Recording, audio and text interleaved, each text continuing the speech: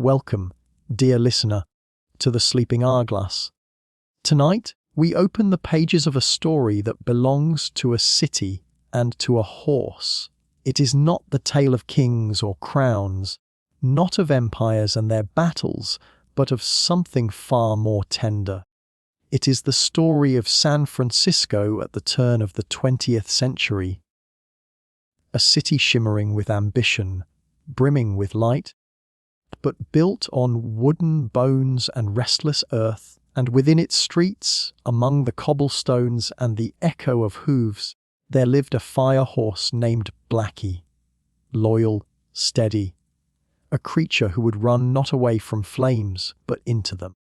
If you find peace here, if this gentle journey feels like a place you'd like to return to, you're welcome to support this space by subscribing, by leaving a soft mark of presence. The late 19th century cradles San Francisco in its restless arms. The city stands on the western edge of a continent, where the land itself seems to lean forward, daring to meet the sea. Wooden houses cling to the hillsides, each one perched like a bird ready for flight, their painted walls bright under the Pacific sun. From the distance of the bay, the city glimmers, not with marble or stone, but with timber warmed by light, a forest reborn in streets and alleys. Here, the wind is a constant companion. It drifts in off the ocean, cool and salted, brushing past rooftops and rattling through shutters. At night, it moans softly through the cracks of wooden doors, as though reminding the city of what it is made from. Lumber, nails, dreams. Each gust carries the scent of salt water mingled with coal smoke, roasting meat, and the faint perfume of gardens planted in small backyards. The wind whispers of a city alive, yet always on edge. San Francisco grows quickly in these years, with haste that seems almost fevered. The gold rush of decades past had pulled people from every corner of the earth. Dreamers, gamblers, merchants, and poets. And though the rivers of gold have long run thin, the thirst for prosperity remains. New arrivals still spill from the ferries, carrying little more than hope. They climb the steep hills in search of work, fortune, or simple belonging.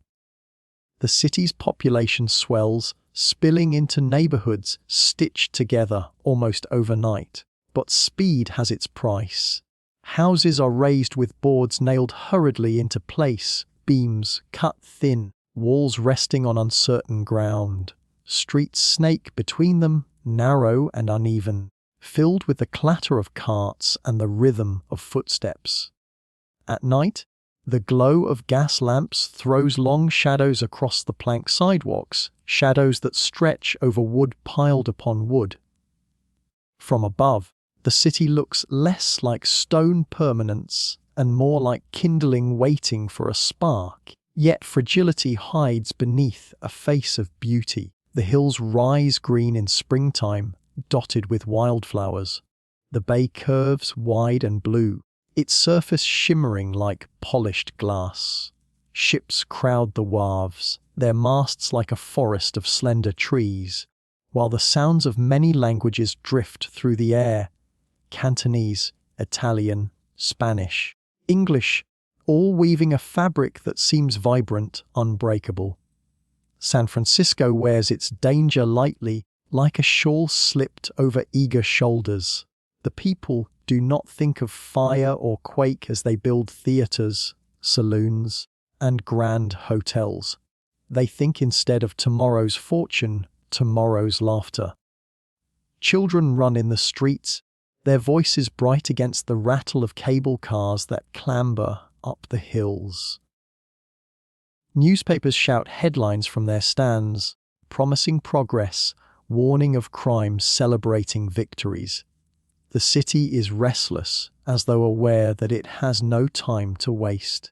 Ambition quickens every heartbeat, from the banker writing ledgers in a gaslit office to the seamstress stitching gowns for an opera premiere. Even the wind seems to race alongside them, urging them forward. But beneath the city's rhythm lies an unease too quiet to name. The wooden walls creak at night, lamps flicker with unsteady flames. Chimneys lean ever so slightly, as if straining under unseen weight. Deep beneath the cobbled streets, the earth itself holds its breath. Most ignore it. To pause and think of fragility is to invite fear, and fear is a luxury for those with too much time. So they keep building, keep dreaming, keep filling their homes with music and dance. In Chinatown, lanterns swing from eaves, their red glow soft against the fog that sometimes drifts in from the sea. In the Barbary Coast, saloons thrum with piano music and laughter that spills into the streets. Uptown, parlors glow with light, velvet curtains drawn, glasses clinking with toasts to a future imagined. Everywhere the city hums with life, stitched together with hope stronger than the nails in its wooden beams. Yet wood and wind remain. A match dropped in haste, a stove left untended, could spread flames faster than the fire brigades can harness their horses. And the ground, the restless ground, waits, as patient as it is merciless. San Francisco is a city of beauty born of risk, and risk is written in its bones. Still, the people live as though permanence is theirs. They build with celebration, with music on their lips and confidence in their steps. They do not see fragility as a curse, but as a companion, the price of daring to live on a shore where the world feels raw and untamed. Fragility here is not weakness. It is the thin edge where ambition burns brightest. So the city endures, each day a gamble, each night a lullaby sung against the hum of the ocean wind. Its homes are wood, its streets are narrow, its nights are restless, but it is alive, and for now that is enough.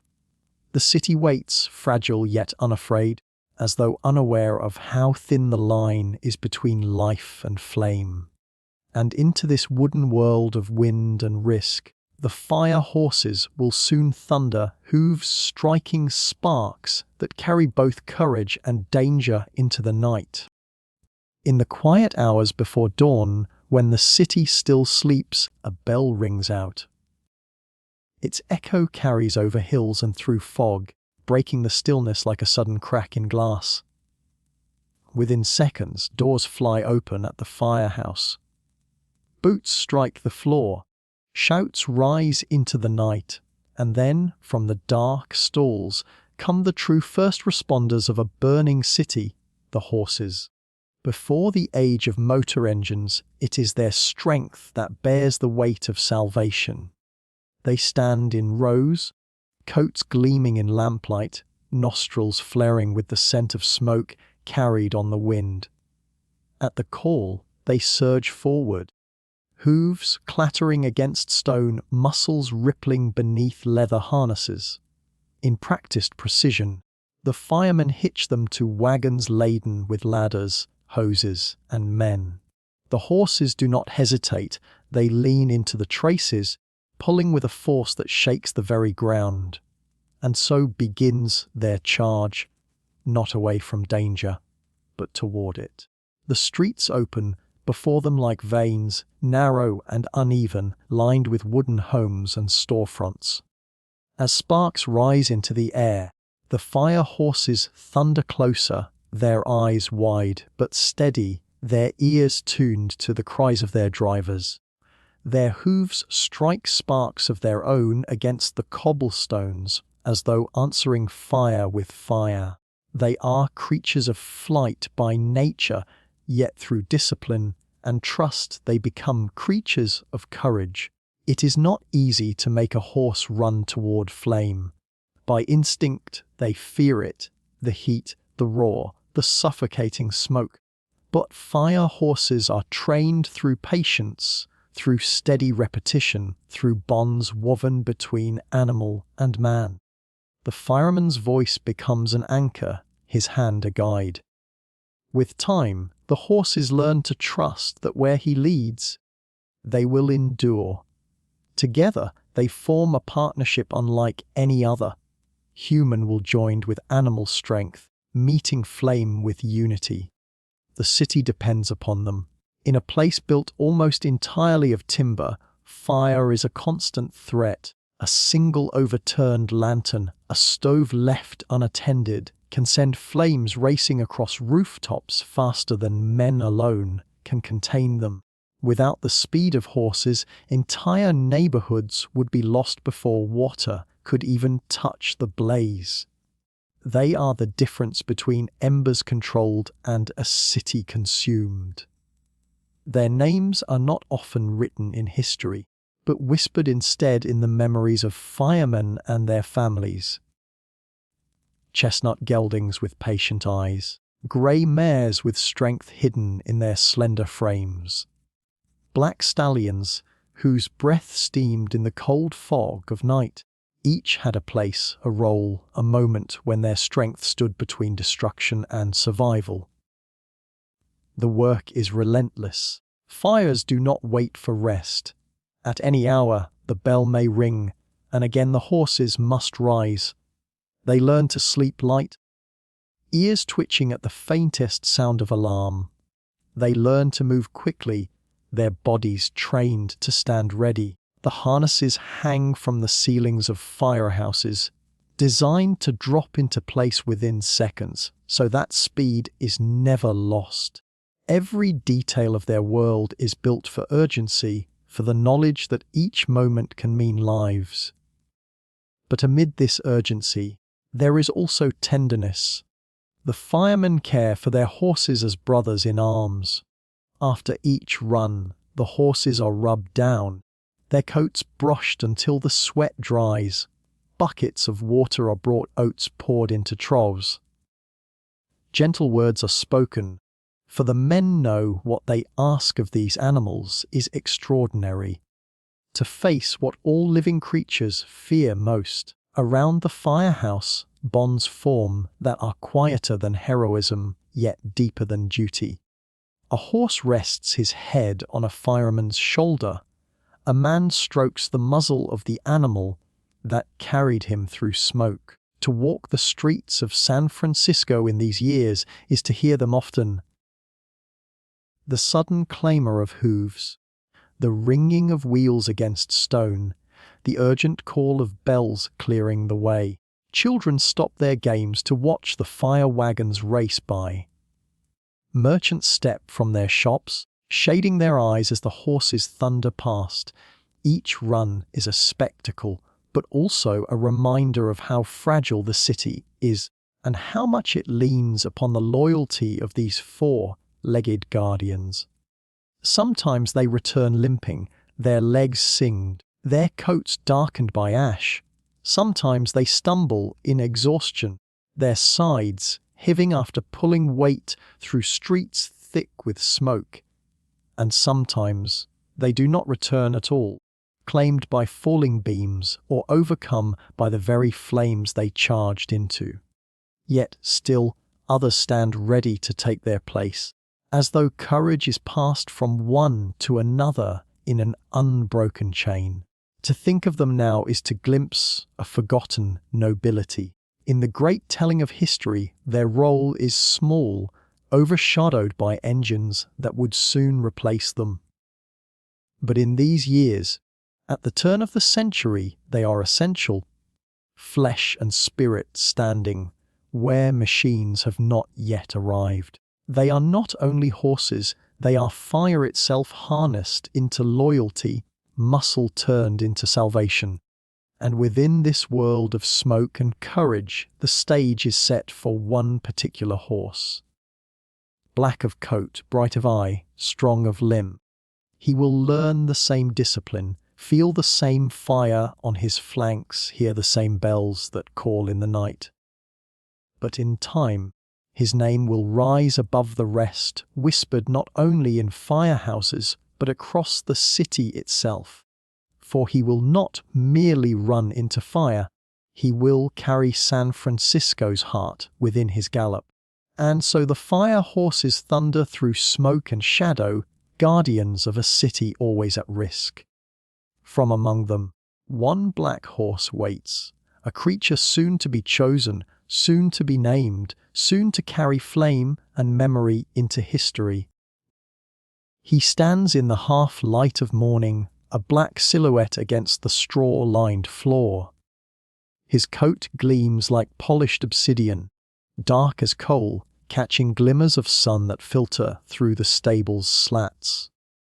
His breath clouds the air, soft and steady, as though the world cannot shake his calm.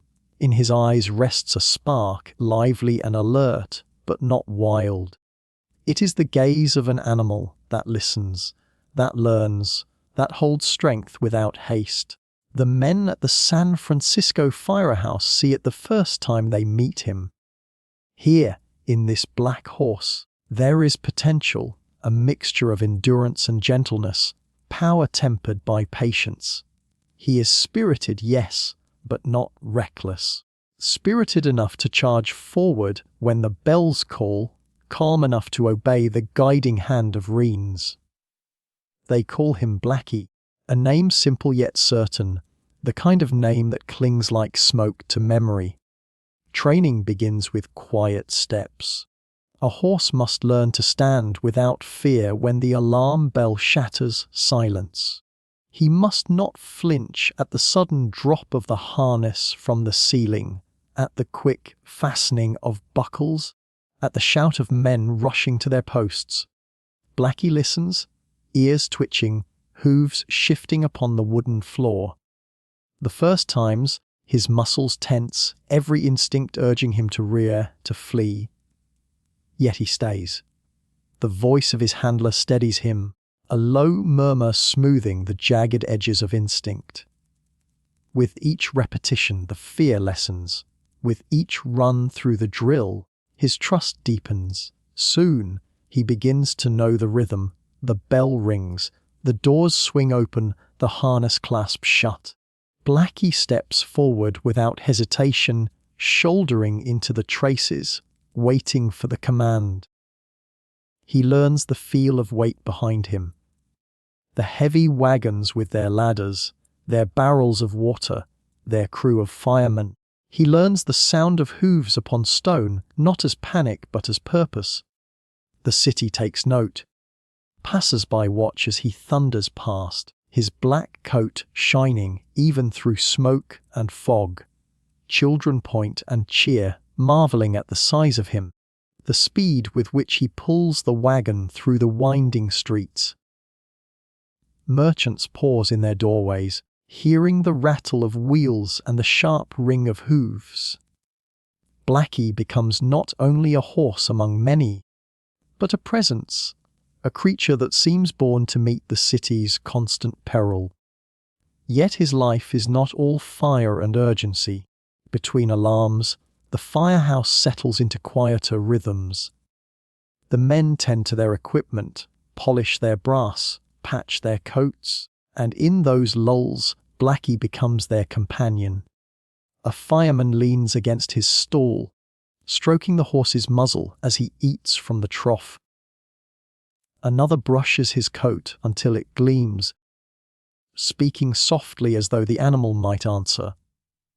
At night, when lanterns glow dim in the firehouse, Blackie rests in his stall, listening to the low murmur of voices, the laughter of men telling stories before sleep. He is not separate from them. He is part of their company, their circle, their brotherhood. And when the alarms return, when flames call them into the streets, Blackie's strength carries them all. He feels the urgency ripple down the reins, hears the voices behind him, smells the smoke ahead. He runs not for himself, but with them. In his pounding hooves is the weight of trust, in his heaving breath the bond of loyalty. The firemen know this. They know they are not alone when they charge toward flame. Their courage rests in Blackie's legs, their safety in his endurance. To love an animal in such a way is to acknowledge something beyond language.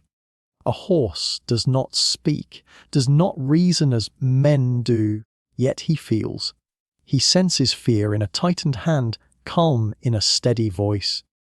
Blackie learns the moods of his firemen, just as they learn the rhythms of his stride. Together, they become a single force, neither master nor servant but partners. There are nights when the city quiets, the fires small and quickly tamed. On such nights, the firemen lean against the wagons, sharing pipes and stories while Blackie grazes upon hay in the yard. Fog drifts in from the sea, softening the glow of gas lamps, wrapping the firehouse in a hush. One man hums a tune, another laughs at an old tale, and through it all, Blackie flicks his tail, listening, breathing, present. The bond is not only in fire's urgency, but in the quiet between.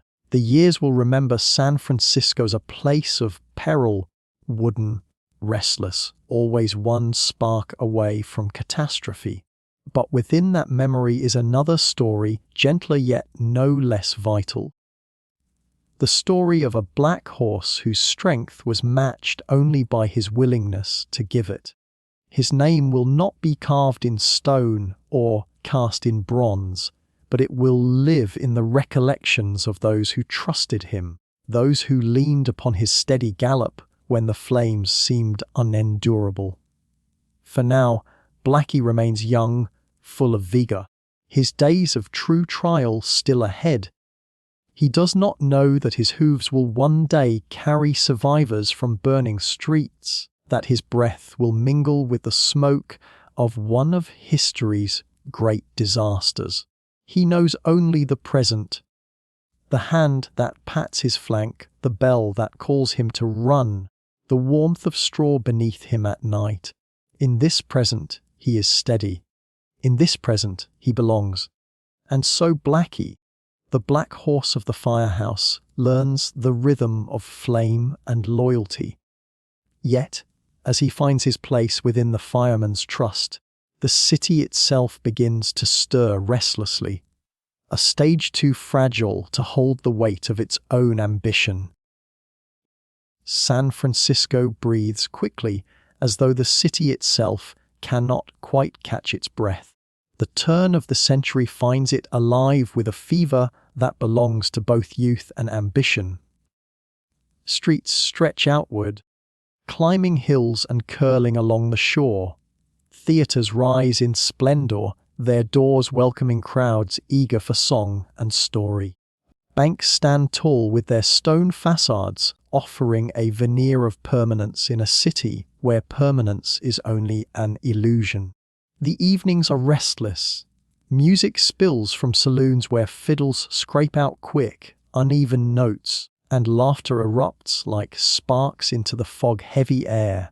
Along the Barbary coast, sailors and miners drink away wages, their coins clattering across wooden counters.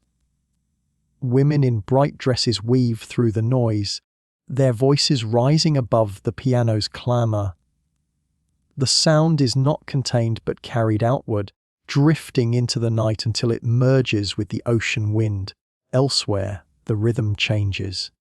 In Chinatown, narrow alleys glow with lantern light, crimson and gold swaying softly above cobbled stones. The air is fragrant with incense and roasted meats, the murmur of Cantonese threading through the hum of the city. Children chase one another past herbal shops and silk stalls, their laughter quick and high, a counterpoint to the deeper tones of gongs struck in nearby temples. San Francisco is many worlds folded into one, stitched together by desire and distance, each neighborhood carrying its own pulse. By day, ambition marches in different steps. Clerks hurry to their offices, ledgers under arm, while merchants unload goods from the crowded wharves. Horses strain against wagons heavy with lumber, barrels and crates, their hooves striking a steady beat against uneven stones.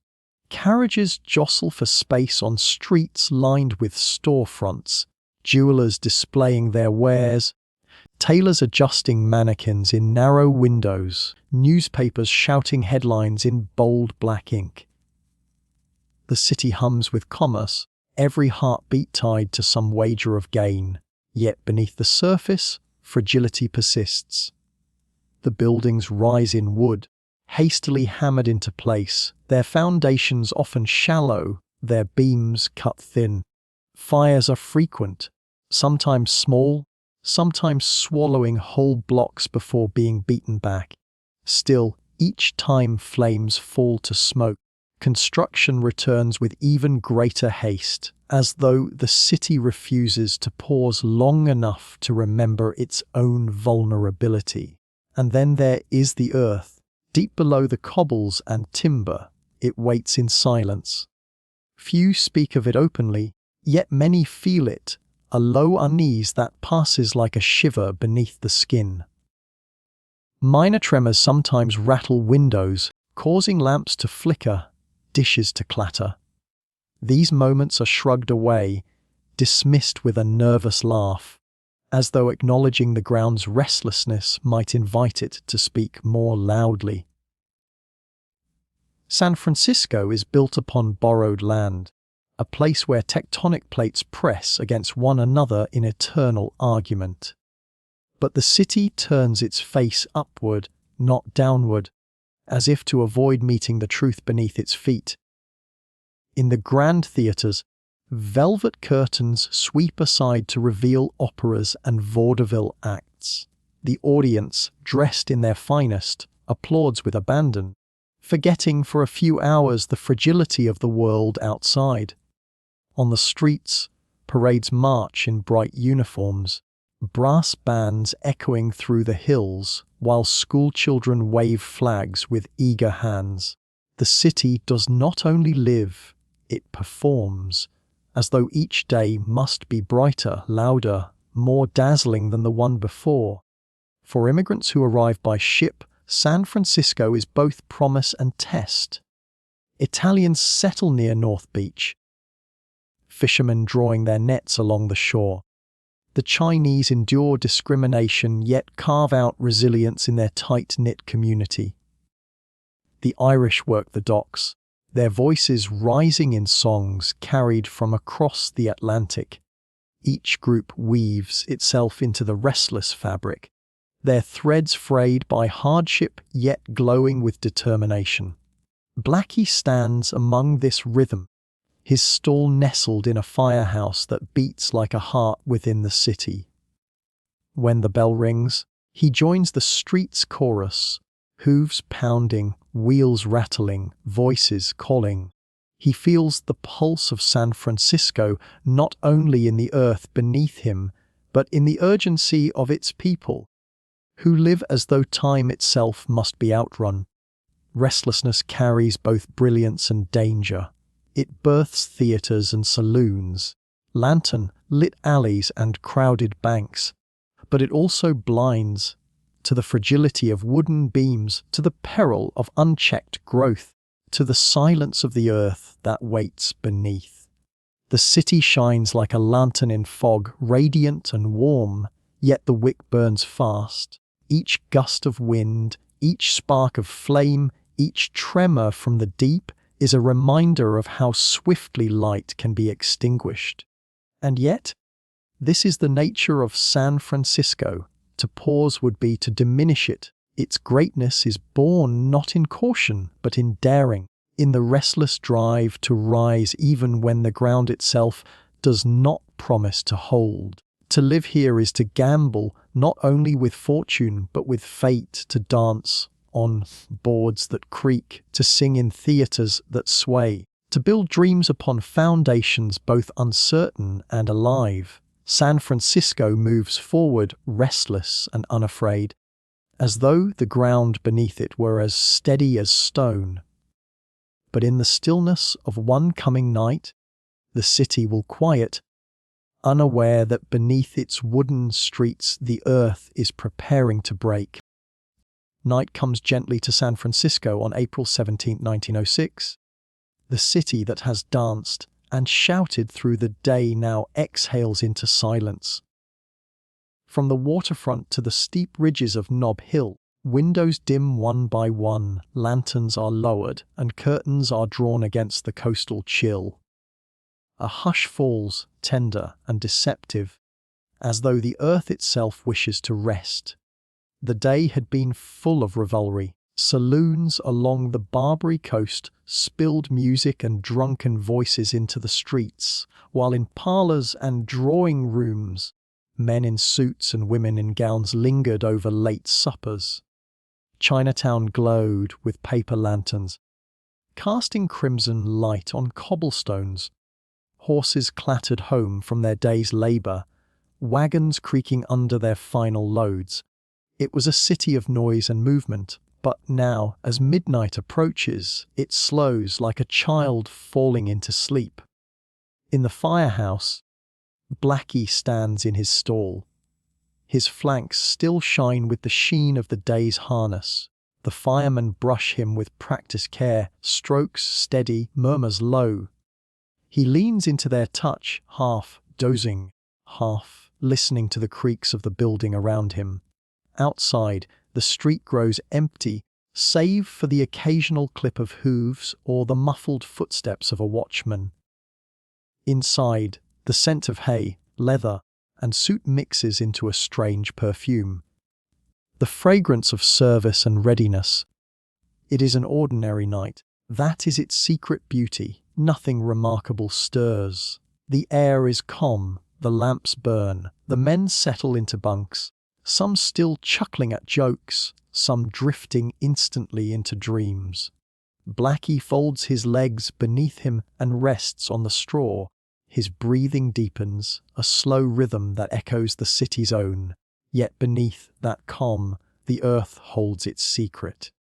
Deep below, where stone meets stone in ancient struggle, tension has been building for centuries. Along the San Andreas Fault, pressure winds tight as a coiled spring.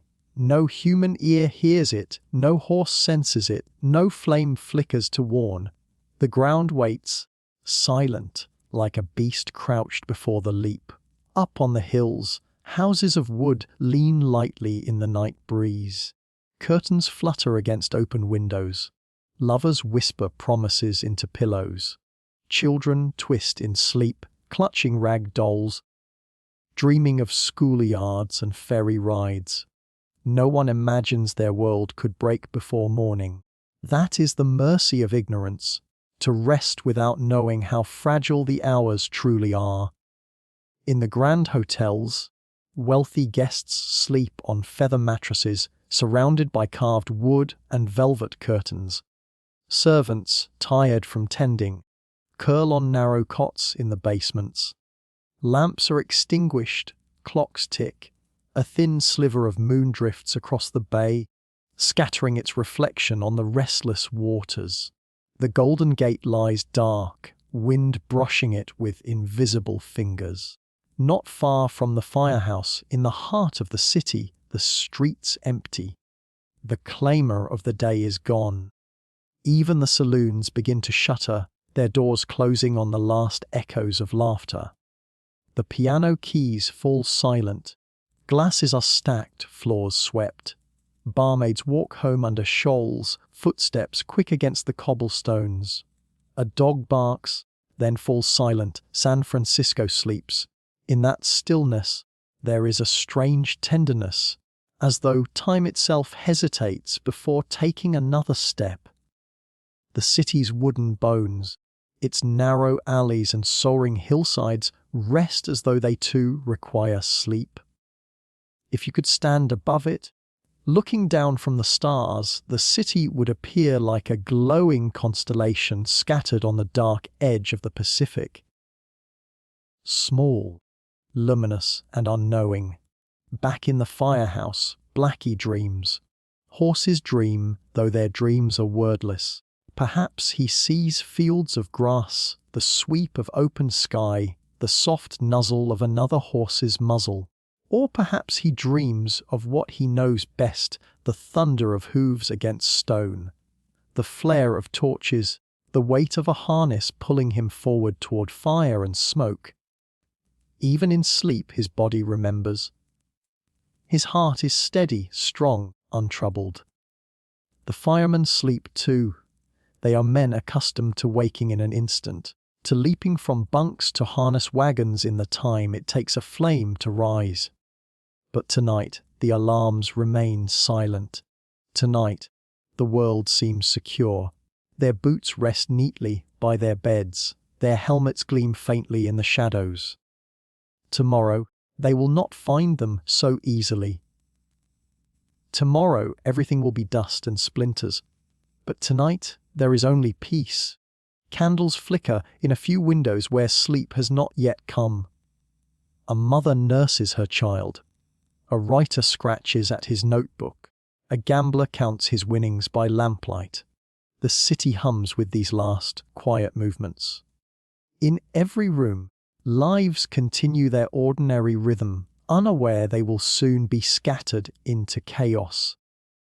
The fragility of life is never more poignant than in its simplest moments, when nothing seems to threaten it at all. Beyond the hills, the Pacific breathes against the shore.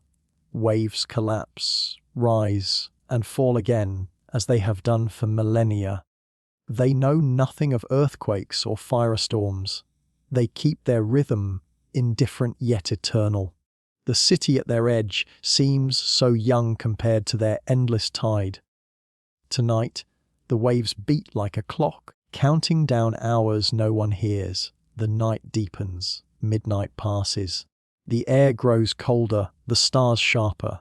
Chimneys release their last curls of smoke. Horses shift in their stalls, hooves scraping wood. Dogs curl into themselves on porches. It is the stillness of a world about to change, but not yet, not yet. And so San Francisco sleeps, cradled in its own illusion of permanence. It does not know that its streets will heave, its homes collapse, its fires rage. It does not know that dawn will bring not sunlight, but ruin. This is the last unbroken night, the final chapter of innocence before the ground opens. Blackie lies still, ears flicking once in the dark, then settling. His breath fogs faintly in the cool air. He does not know that in hours he will stand amid smoke and rubble. His strength demanded again and again. For now, he sleeps. The city sleeps.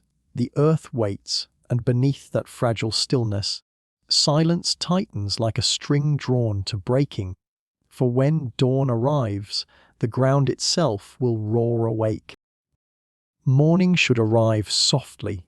The first light usually creeps in over the bay, gilding the tips of masts, the domes of churches, and the pitched roofs of wooden houses. It should catch on the fog, turning it to silver, and roll down Market Street until the city stirs with yawns and footsteps. But April 18th, 1906, does not honour such gentleness.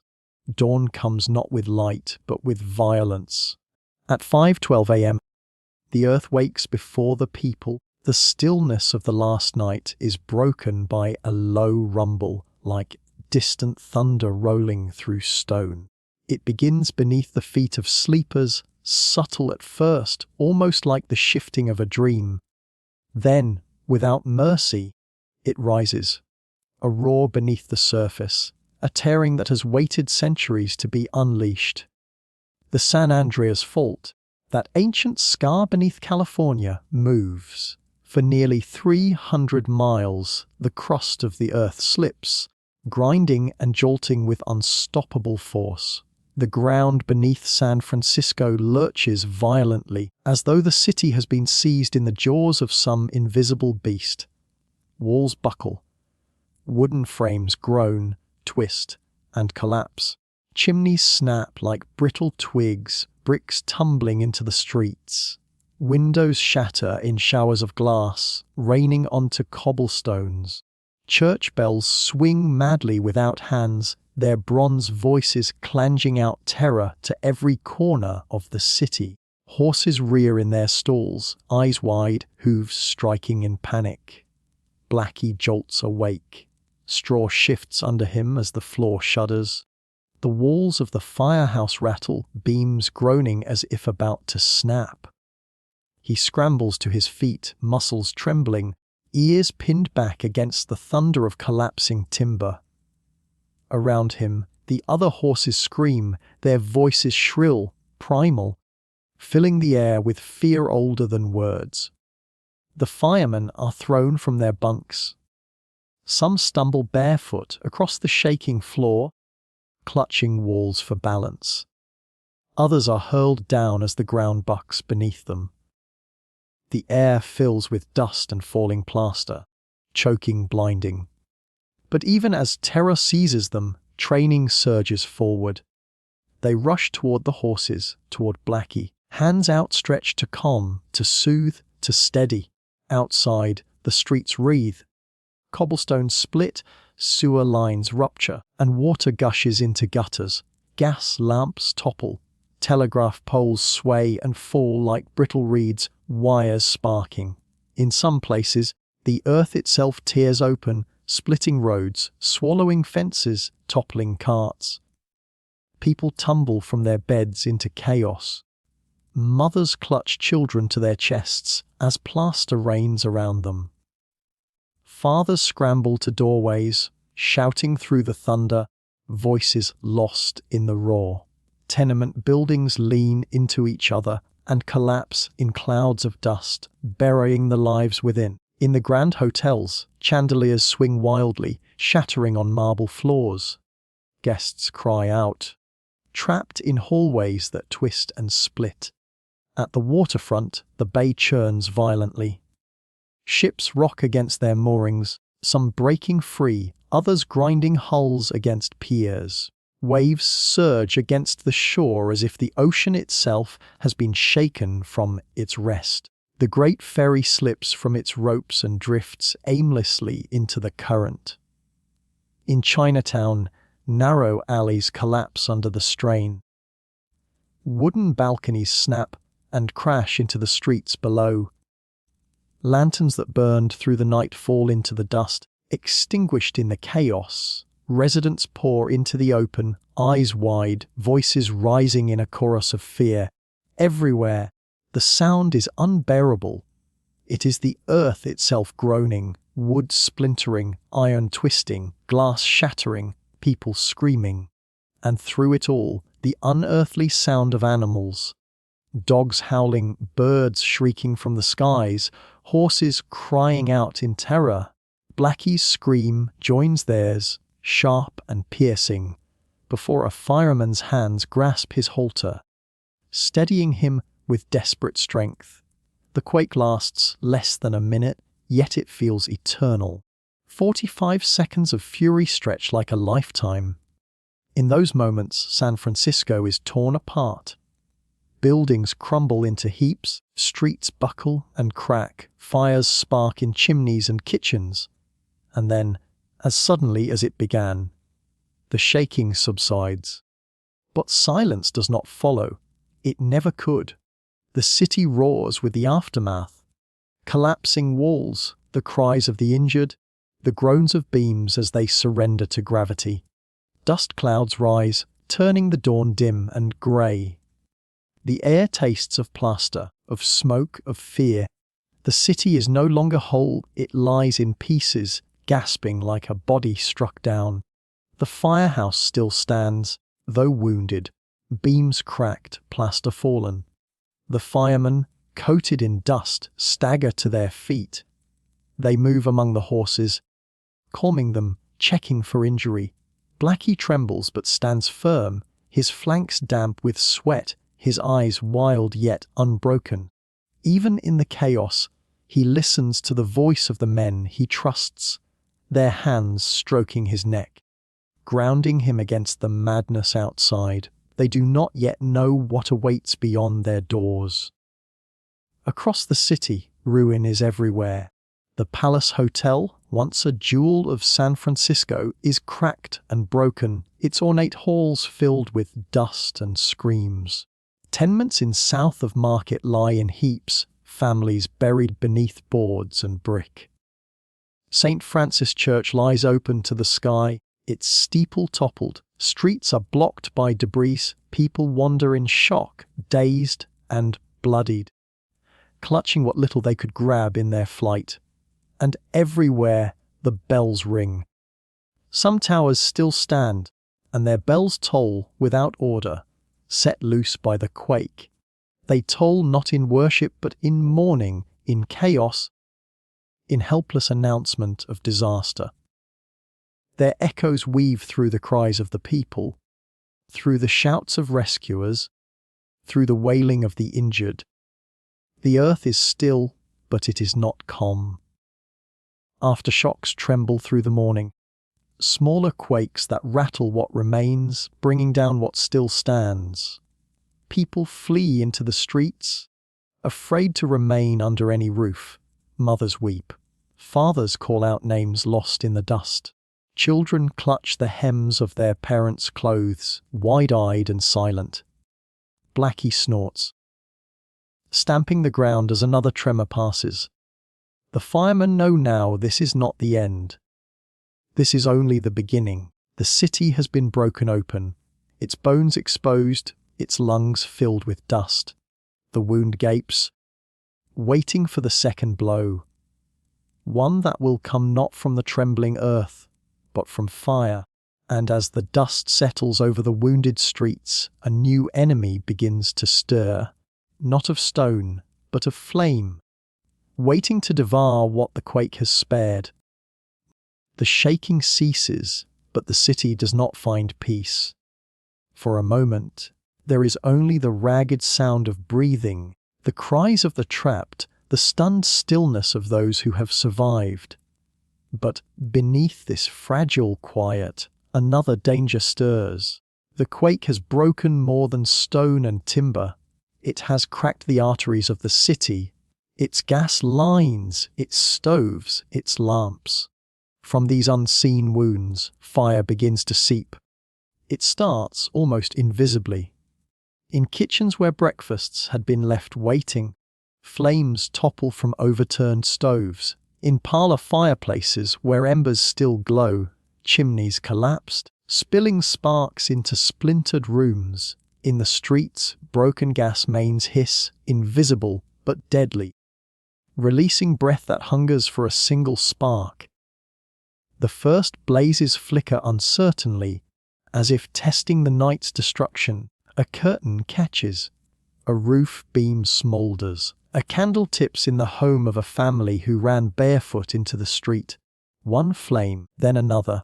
Small, almost harmless. Yet in a city of wood, no flame remains small for long. The fire feeds quickly. Houses, built tight and close, lean into one another like stacked tinder. Roof shingles, dried by years of Pacific wind, ignite in seconds. Wooden stairways, narrow alleys, laundry lines strung with cloth, all surrender to flame. The city's very bones are fuel. Wind sweeps in from the ocean, carrying sparks on invisible wings. They land on rooftops blocks away, planting new seeds of fire. Flames leap as though alive, greedy and restless. Within an hour, multiple fires are burning in different quarters of the city, each growing, each feeding, each merging with another. Black smoke rises, curling into the sky. It thickens, darkens, spreading across the waking light of morning. The sun climbs, but its rays are swallowed, choked into a dim orange haze. The city begins to burn in earnest. At the firehouse, the men pull on boots, voices sharp with urgency. They know the earthquake has crippled their city's defenses. Water mains have ruptured, leaving hydrants dry. Their engines and hoses mean little without water. They step into streets already littered with rubble, knowing their fight will be nearly impossible. Yet still, they ready the horses. Blackie feels the harness tightened across his back, the familiar weight of leather and iron. His ears flick nervously, nostrils flaring at the bitter scent of smoke. The firemen leap to their wagon. Blackie surges forward, hooves striking against broken stone. He runs not towards safety, but into danger, as he has been trained. Smoke thickens with every block. Already, the crackle of fire is louder than the groans of collapsing buildings. Already, the city is beginning to glow with an orange heart. The first great blaze ignites near Hayes Valley. Houses toppled by the quake collapse into flames. Families stumble out, clutching children, blankets, whatever they could grasp in the moment of terror. Behind them, their homes roar like furnaces. From there, the fire spreads outward, block by block, a tide of flame. Elsewhere, near the waterfront, warehouses go up like torches. Inside are crates of cloth, barrels of oil, piles of rope and timber, all kindling for the blaze. Dock workers try to save what they can, dragging goods onto ships, but the fire advances too quickly. The piers begin to smoulder, their planks hissing as fire licks the bay. In Chinatown, lanterns that survived the quake now ignite in the spreading flames. Wooden balconies collapse in sheets of fire, falling into the narrow alleys below. Residents flee upward toward the hills, their homes disappearing behind them in waves of heat. The sound of fire is a strange music, a constant rushing, like an ocean consuming wood. Across the city, desperate measures begin. Firemen and soldiers dynamite buildings in an attempt to create fire breaks, sacrificing entire blocks in hope of slowing the advance. But the city's density betrays them.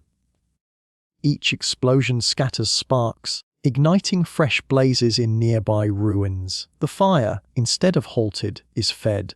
The people watch helplessly.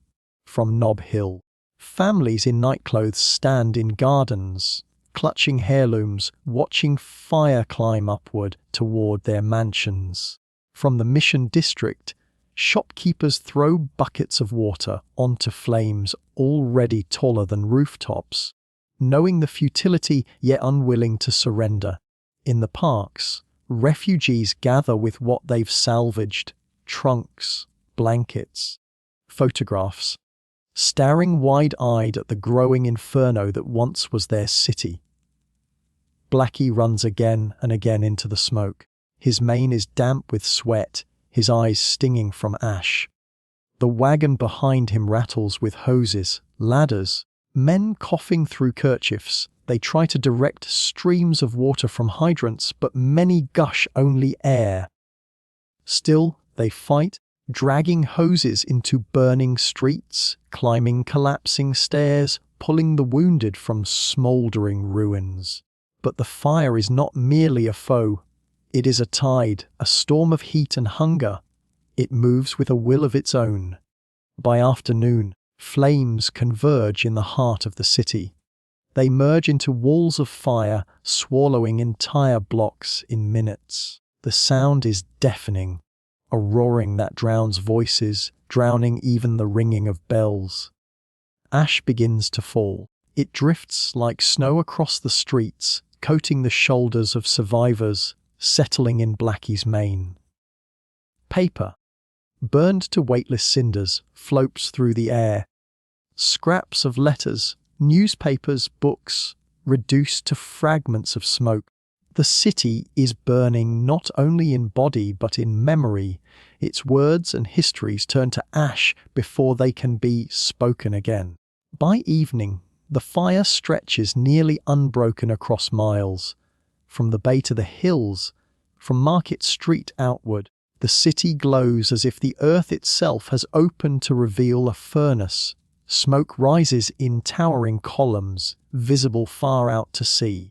Sailors on distant ships watch in awe and horror, the skyline of San Francisco now a single flame. The people huddle in parks, on piers, in open fields. They clutch one another, eyes wide at the sight. Their city is no longer a city, but a torch, and still the fire grows. It does not rest, does not pause, does not pity. It consumes as it was born to consume. The earthquake had broken stone. Now fire claims what remains of wood. Together, they conspire to unmake San Francisco, and the night ahead promises no relief, only more hunger, more heat, more ruin. And as darkness falls, the fire breathes deeper, turning the wounded city into a single furnace, a stage where courage, desperation, and loyalty must soon enter the flames. The fire begins as a whisper, then grows into a roar.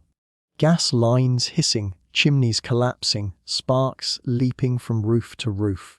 The city, still dazed from the quake, has no time to recover before another enemy rises.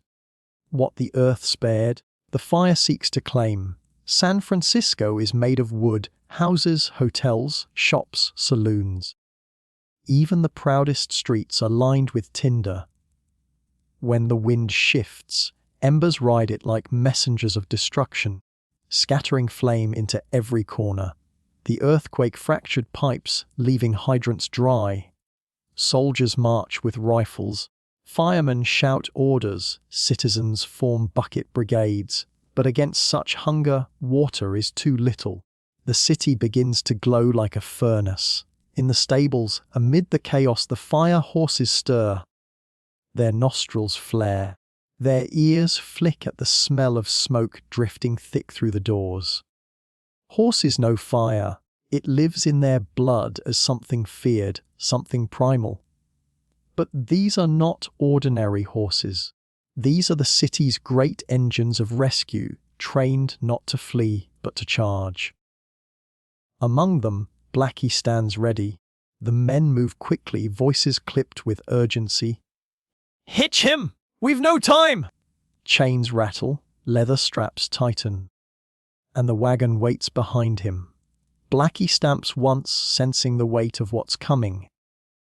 He is young but strong, his coat already damp from sweat before he takes a single step. Firemen leap onto the rig, gripping axes, helmets gleaming in the orange light. The command is sharp. "Go!" And he does. Blackie surges forward, the wagon jolting behind him. His hooves strike sparks against the cobbles as he pulls into streets already cloaked in smoke. Ash falls like snow, stinging eyes clinging to sweat. Above him, windows burst from the heat, showering glass onto the road. Men shout warnings, women scream from balconies, children cry as families scramble into the open. Still, Blackie charges. Every breath he draws is laced with soot, but he does not falter. He pulls water where water is needed, barrels sloshing on his back. He carries men with ropes and ladders, hauling them into blocks where walls tremble and fire licks every corner. Through it all, he does not hesitate. Horses are creatures of instinct, yet here, instinct bends to training, and training bends to loyalty. Blackie runs not away from danger, but straight into its jaws. The city roars around him. Entire blocks vanish in an hour. Flames chew through mansions and boarding houses alike. Market Street becomes a canyon of smoke. Church bells, cracked from the quake, now toll as their towers ignite. At the corner of Hayes Valley, a family is trapped. A mother and her two sons, cornered by walls collapsing on either side. The firemen spot them, and Blackie is urged forward. The wagon crashes through a fallen beam, the horse lunging, chest pressed into the harness as if his very heart is dragging the wheels. The family is lifted onto the rig, coughing, trembling, clutching strangers' hands. Blackie turns, and once more he pulls them into the smoke, bearing them out of ruin. Again and again he runs. His flanks grow slick with sweat, his sides heave, yet the work does not stop. The fire spreads faster than anyone believes possible, and the cries of the city rise with it. People pour into the streets, carrying what little they can, a Bible, a violin, a portrait, a loaf of bread. Behind them, Everything they know collapses into ash. The ground still trembles with aftershocks, yet the fire drowns even that. It is the fire, not the quake, that will become the true destroyer. Through all of this, Blackie moves like a drumbeat. Hoof, wheel, cry, flame. Hoof, wheel, cry, flame.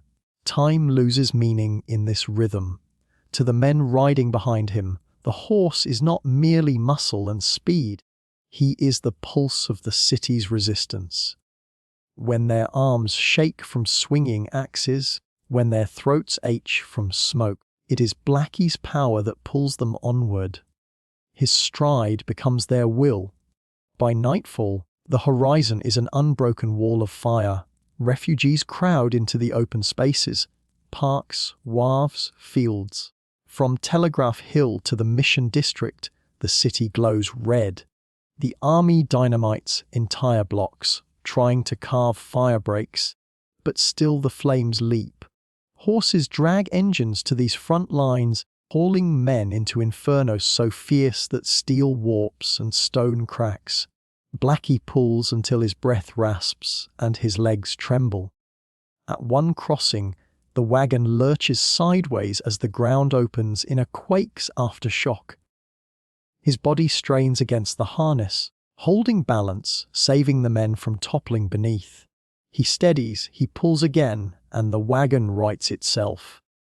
One fireman, wiping soot from his eyes, whispers as if to no one, "That horse'll die with us if he has to." But Blackie does not die. He endures. He carries on. His body is a furnace of labor, yet his eyes hold steady. Through every charge into fire, he proves what flesh and spirit can do together when bound by purpose. Some say that, in the darkest hours, the city itself seemed to ride upon him. That each block he entered, he carried not just men and barrels, but the fragile hope that something could yet be saved. Not everything was saved. No horse, no man, no effort could stop a fire of that hunger. But there is a difference between losing and surrendering. And in Blackie's gallop, surrender never appears. By dawn, the fire continues, but the night's work has saved lives. Entire families owe their breath to the runs of that horse and the men who trusted him. As the sky lightens with a grey, exhausted morning, Blackie stands once more in the stables, sides heaving, chest dark with sweat. He has not escaped the fire, nor has the fire yet escaped the city. The battle is not over. But for a moment, as the men rub him down and pour buckets of water over his steaming back, the world feels quiet. In the heart of destruction, there is still loyalty, still courage, still the steady thrum of hooves in the smoke.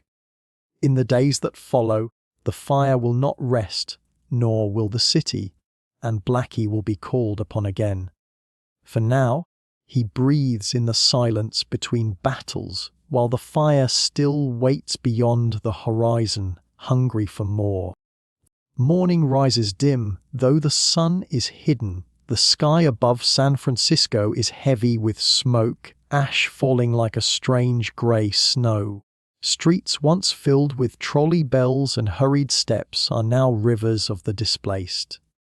The city flees, not in carriages or ships to distant shores, but on foot, through its own broken veins. Families carry bundles tied with rope, or nothing at all but the trembling hands of children.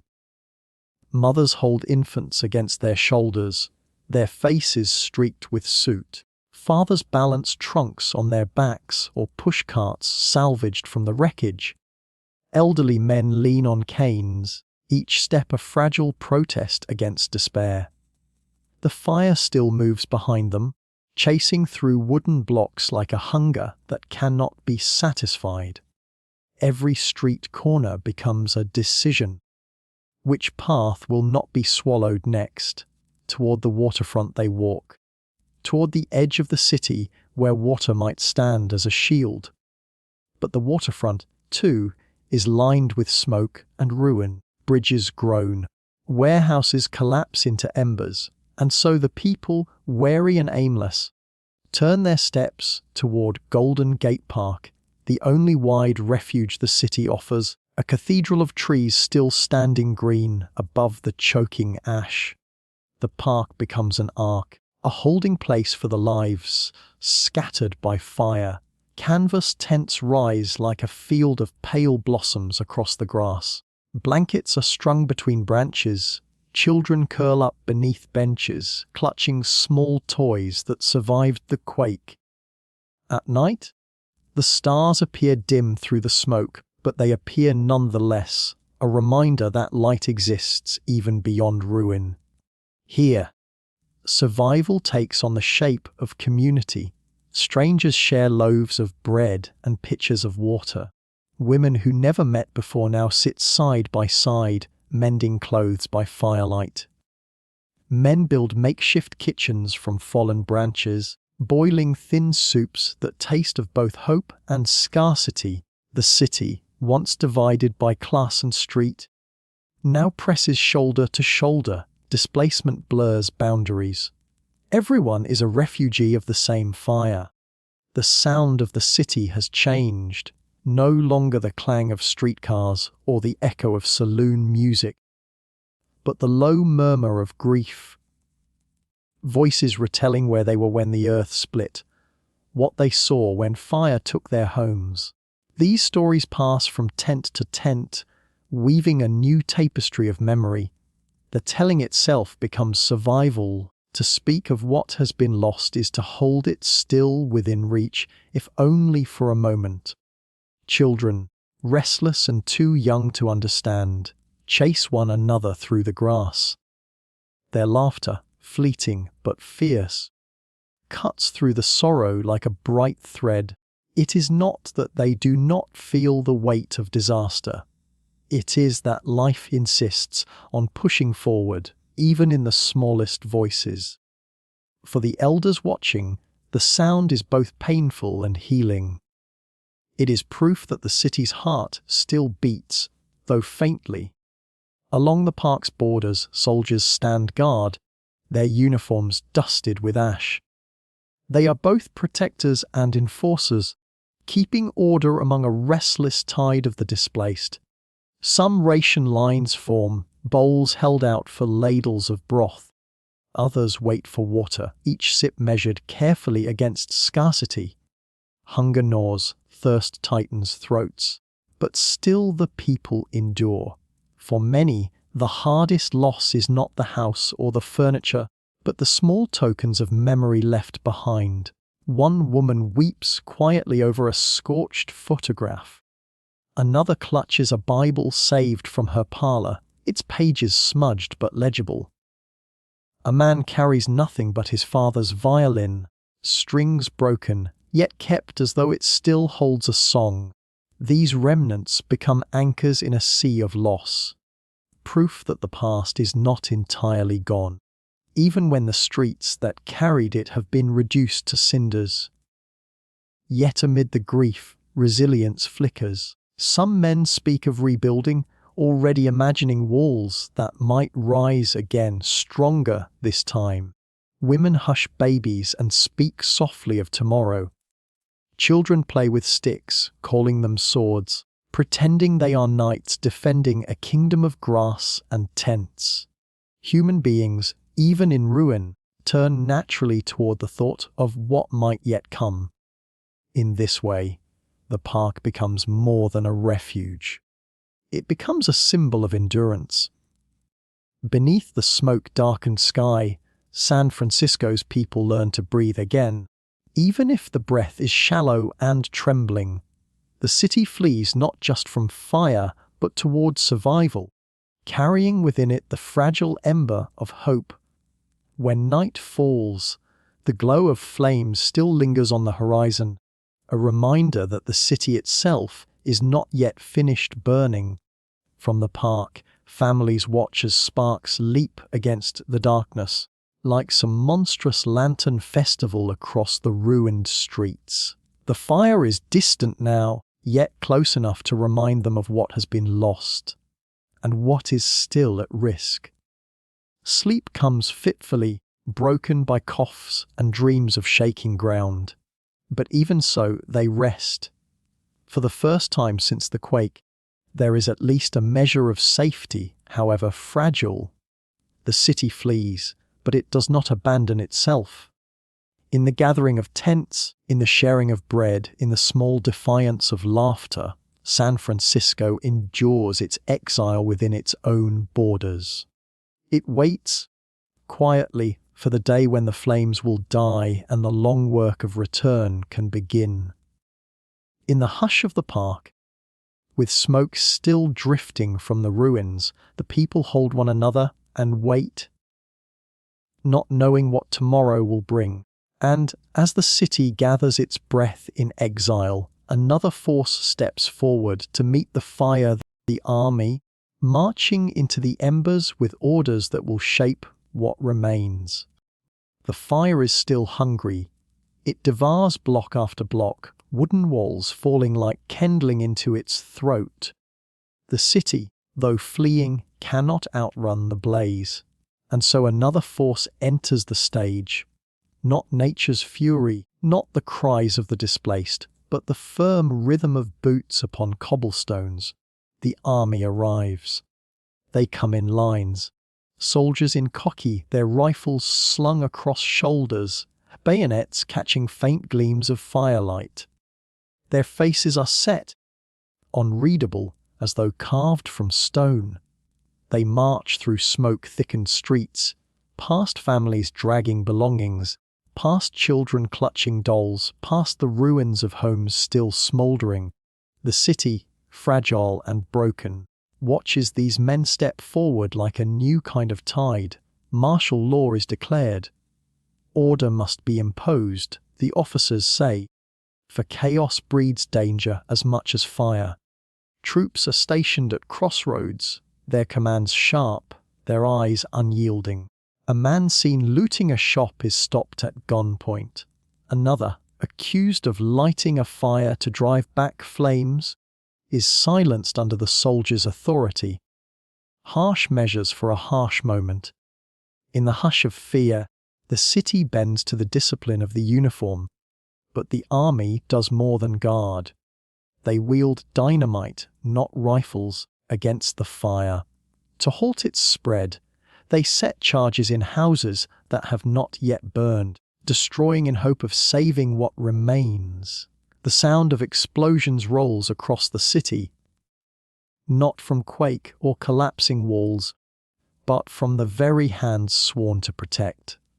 Whole blocks are reduced to rubble, not by fire's hunger, but by human calculation. It is a grim arithmetic. Sacrifice this street so another may survive. For those who watch, it is a painful sight. Families cling to one another as their unburned homes are shattered by dynamite, their possessions buried under deliberate ruin. Some cry out in protest, others stand in silence, knowing there is no choice. Survival now comes not in holding, but in letting go. Water, too, becomes guarded. Wells are placed under military watch, buckets measured carefully. The quake has broken mains, leaving the city thirsting as flames rage. To drink is to live, and so soldiers stand by with rifles as citizens form long, patient lines. Each cup of water becomes more precious than gold. The people endure, silent, while soldiers' eyes scan the crowd for unrest. Food is rationed in much the same way. Soldiers distribute bread, beans, and tins salvaged from warehouses. Families hold out bowls, waiting their turn. The act is humbling. Bankers and bakers, tailors and teachers, all standing together as supplicants. Hunger does not discriminate, neither does fire. The army's presence ensures that what little remains is stretched as far as possible. In the midst of this order, Blackie continues his work. The fire horse, black coat now dulled by soot and sweat, is hitched once more to the wagons. The firemen, wary but unrelenting, call on him to carry water where it is most needed, to pull debris clear, to bring supplies through streets where soldiers will not let civilians pass. Hooves strike sparks on broken stones as he runs, a dark silhouette against the red glow. Children in the park whisper about him. They have seen the horse charging into smoke, have watched him pass carrying men who fight the fire itself. To them, Blackie becomes not just an animal, but a legend already forming. In the minds of the displaced, he is proof that not all strength is cold and stern like the soldiers. Some strength is loyal, warm, and breathing. The army notices too. A few soldiers, resting against their rifles, watch as Blackie gallops past. They nod quietly, recognizing a courage they cannot command. For in this city, where law is enforced at gunpoint, it is still the steady beat of a horse's hooves that carries the truest rhythm of service. Yet the tension between protection and fear lingers. The people are grateful for order, yet uneasy beneath the bayonets. They whisper in tents at night. Is this truly salvation or another kind of captivity? The fire has already stripped them of homes and belongings. The soldiers strip them of freedom as well. The city is caught between two forces, the hunger of flames and the stern discipline of men sworn to save it. Still, survival clings stubbornly. Within the tent cities, families share what they have received, bowls passed from hand to hand. Children sip from rationed cups of milk, soldiers keeping watch nearby. The crack of dynamite echoes through the day, another street sacrificed to buy time. And amid it all, the city waits, hoping the fire's appetite will at last be satisfied. In the strange balance between ruin and endurance, the army becomes both protector and destroyer, feared and needed in equal measure. Their presence is the steel spine that keeps collapse from consuming all. Yet it is the small, ordinary acts. A shared loaf, a horse pulling water through smoke, a soldier lowering his rifle to carry a child from danger, that keep the human heart alive amid discipline and dread. By nightfall, the streets echo with silence broken only by distant flames and the measured steps of guards. San Francisco, once a city of laughter and song, now lies under curfew, wrapped in both smoke and military command. The fire still burns, the people still wait, and Blackie, tireless, still runs. Amid soldiers, dynamite, and guarded wells, the fire's glow refuses to fade, painting the sky with a twilight darker than night. And soon, the smoke itself will become a world of its own, a shadowed dome beneath which the city must endure. The sky itself becomes a witness. Smoke gathers above San Francisco, not in fleeting clouds, but in a thick, unbroken canopy. It lingers day and night, a shroud laid heavy upon the city.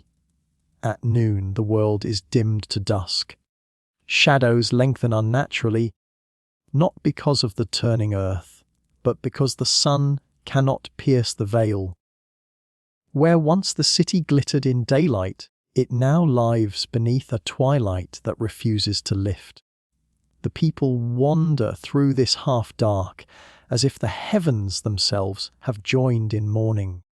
The fire is not only on the ground, it is overhead, alive in the air, thick in every breath. Smoke stings eyes, claws at throats, and carries with it the scent of destruction, burning wood, scorched stone, singed cloth, and the faint, unbearable trace of lives undone. Ash begins to fall. It drifts slowly, lazily, soft as snow. At first, children try to catch it on their hands, their minds reaching for the memory of winter play. But the flakes smear black across their palms. Soon the novelty fades, replaced by silence. This is not snow that delights. It is the memory of houses, of streets, of books, of furniture, of lives burned down to dust. Each speck that falls is a reminder that something once whole has been undone. For those who step through the city, the transformation is disorienting. Just days ago, San Francisco bustled with music spilling from saloons, with shopkeepers calling from doorways, with the clatter of streetcars. Now, silence mingles with smoke. Whole districts resemble ancient ruins, though the city is not yet old. Columns of collapsed stone stand where theatres once drew applause. Brick walls lean precariously, hollowed from within, their windows empty eyes staring out on emptiness. Wooden porches sag, warped by flame, charred black like bones of a forest long dead. It feels as though centuries have passed in hours. The fire, in its hunger, has not only consumed structures but stolen time itself. The city has leapt from youth to ruin overnight, skipping all the decades that should have bridged them.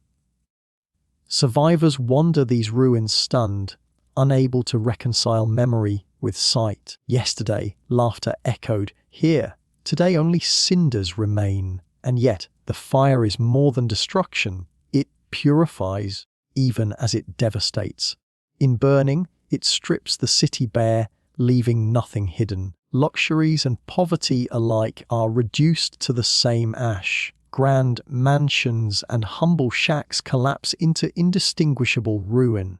Status dissolves in flame, revealing the fragile equality of impermanence. Before fire, all stand the same. For some, this realization is cruel. For others, strangely liberating. A banker and a dockworker stand shoulder to shoulder in bread lines, their suits equally smudged with soot. A socialite and a seamstress share a tent, passing a single candle between them. In this way, the smoke becomes not only a shadow but a veil that softens old divisions. Fire has remade the city's boundaries, at least for now. But the scars are deep. Each breath draws soot into lungs, leaving coughs that linger through the night. Each step through ash feels like walking through a graveyard of the familiar. The mind struggles with memory. A street once known now unrecognizable, a neighborhood mapped in ashes rather than buildings.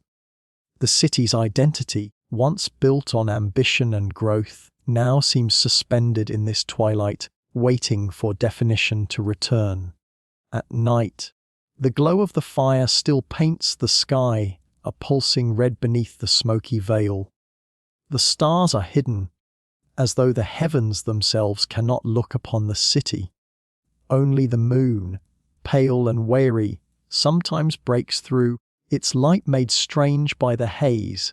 To look at it is to feel both small and enduring, as if the fire cannot consume everything, not the moon, not the hope that flickers quietly in human hearts.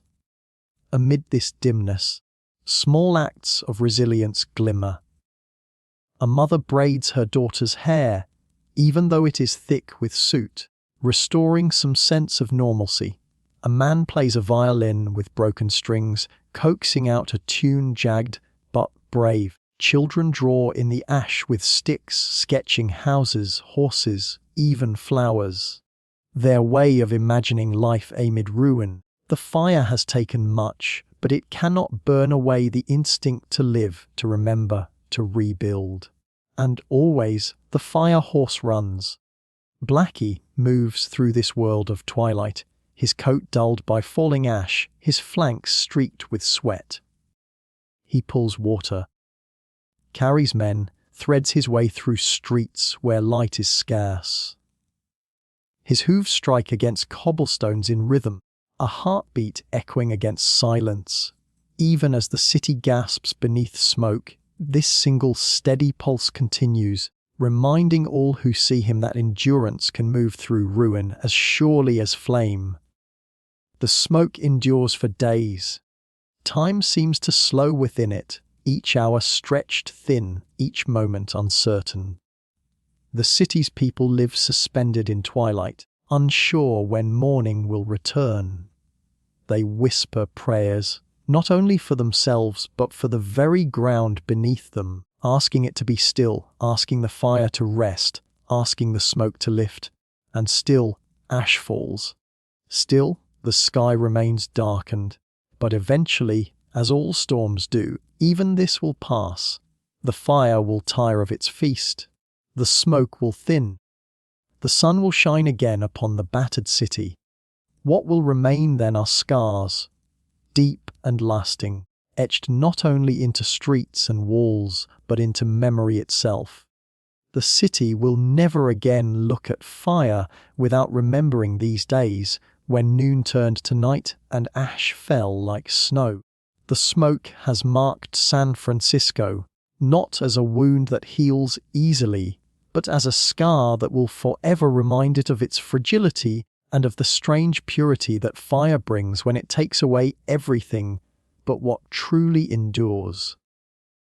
Beneath the veil of smoke, the city learns that darkness can linger long after flames ignite. And within this twilight, one wary horse prepares to run again, carrying not only water, but the last fragile hope of survival. The smoke does not lift. Days stretch into one another, a long twilight where sun and moon are swallowed by ash. The city holds its breath, surviving hour to hour, waiting for the fire's appetite to ebb. In these hours, men falter, women tire, and even the strongest soldiers bend beneath the weight of exhaustion. Yet there is one among them who does not rest, who cannot. The black fire horse whose hooves still strike sparks against ruined stone. Blackie runs again. His body is gaunt with strain, muscles trembling beneath soot-streaked hide. Foam gathers at his mouth. His nostrils flare with every burning breath. Each stride is heavier than the last, yet he does not stop. The firemen, knowing his wariness, hesitate to hitch him once more. But when the call rises, trapped families in an alley, flames closing in, Blackie answers not with hesitation, but with a forward step, a tug at the reins, as though he understands that stopping is not an option. The wagon lurches into motion, wheels grinding over broken cobblestones. Fire roars nearby, windows burst from heat, shards raining onto the street. The air is thick with embers, glowing motes that sting his eyes and sear his skin. Still he presses forward, head low, haunches driving like pistons. Behind him, men shout, guiding the wagon, urging survivors to climb aboard. Children are lifted first, then the elderly, then those who can scarcely walk from shock. Blackie stands steady in the street, heat washing over him, until all are gathered. Then, with a whip crack not of cruelty but necessity, he pulls them from the inferno's reach. Each turn he takes is a gamble. Streets are blocked by fallen beams, alleys narrowed by rubble. Sometimes he must back into a lane, hauling the wagon sideways through debris. Other times he pushes forward into smoke so dense the firemen cannot see a hand before their faces. In those moments, it is Blackie's instinct that leads, his ears twitching, his body shifting, as though he senses pathways still open. More than once, he emerges from the gloom onto a street where air is clear and survivors gasp in relief, marveling that he found the way. But every rescue takes its toll. His legs tremble when he halts. His sides heave as though each breath is wrestled from the flames themselves. Firemen sponge him with what little water can be spared, wiping soot from his eyes, pressing hands against his quivering flanks. He leans into their touch for a moment, but even as they beg him to rest, another alarm rises. Another cluster of trapped souls, and Blackie's ears prick forward once more. He will not stop while the city still calls. One night, when the fire is at its fiercest, a wall collapses behind him with a roar. The wagon jolts, horses scream from other stables, but Blackie does not break. He surges forward, dragging the load with such force that the wheels bounce clear of debris. Survivors cling to one another, their sobs swallowed by the roar of flame. Later, when they stumble into the safety of the park, they remember not the fire's heat, but the thunder of hooves that carried them away. Among the tents, whispers spread. Mothers hush their children with tales of the black horse who defies fire. Men speak of him in low tones, shaking their heads at the sight of his endurance. To some, he becomes a symbol, the embodiment of the city's stubborn will. If the horse can keep running, they say, so can we. In this way, Blackie is no longer only a firehouse animal, but a thread in the very fabric of San Francisco's survival. Soldiers, too, take notice. Hardened men who have faced battles stand in the streets and watch as Blackie pulls through smoke that even they hesitate to enter. They nod in quiet respect, some saluting as he passes.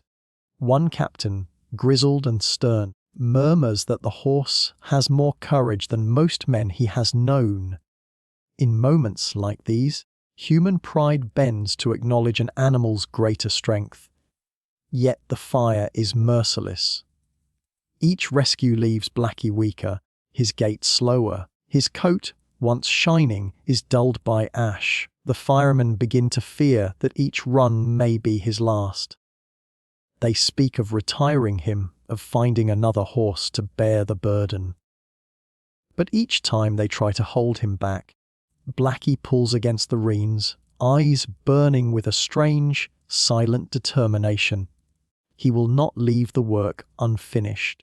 The final rescue comes in the thick of smoke, where flames curl along both sides of a narrow lane. A family is trapped, huddled against a wall, the path to escape cut off. The firemen hesitate. It is too dangerous, the passage too narrow.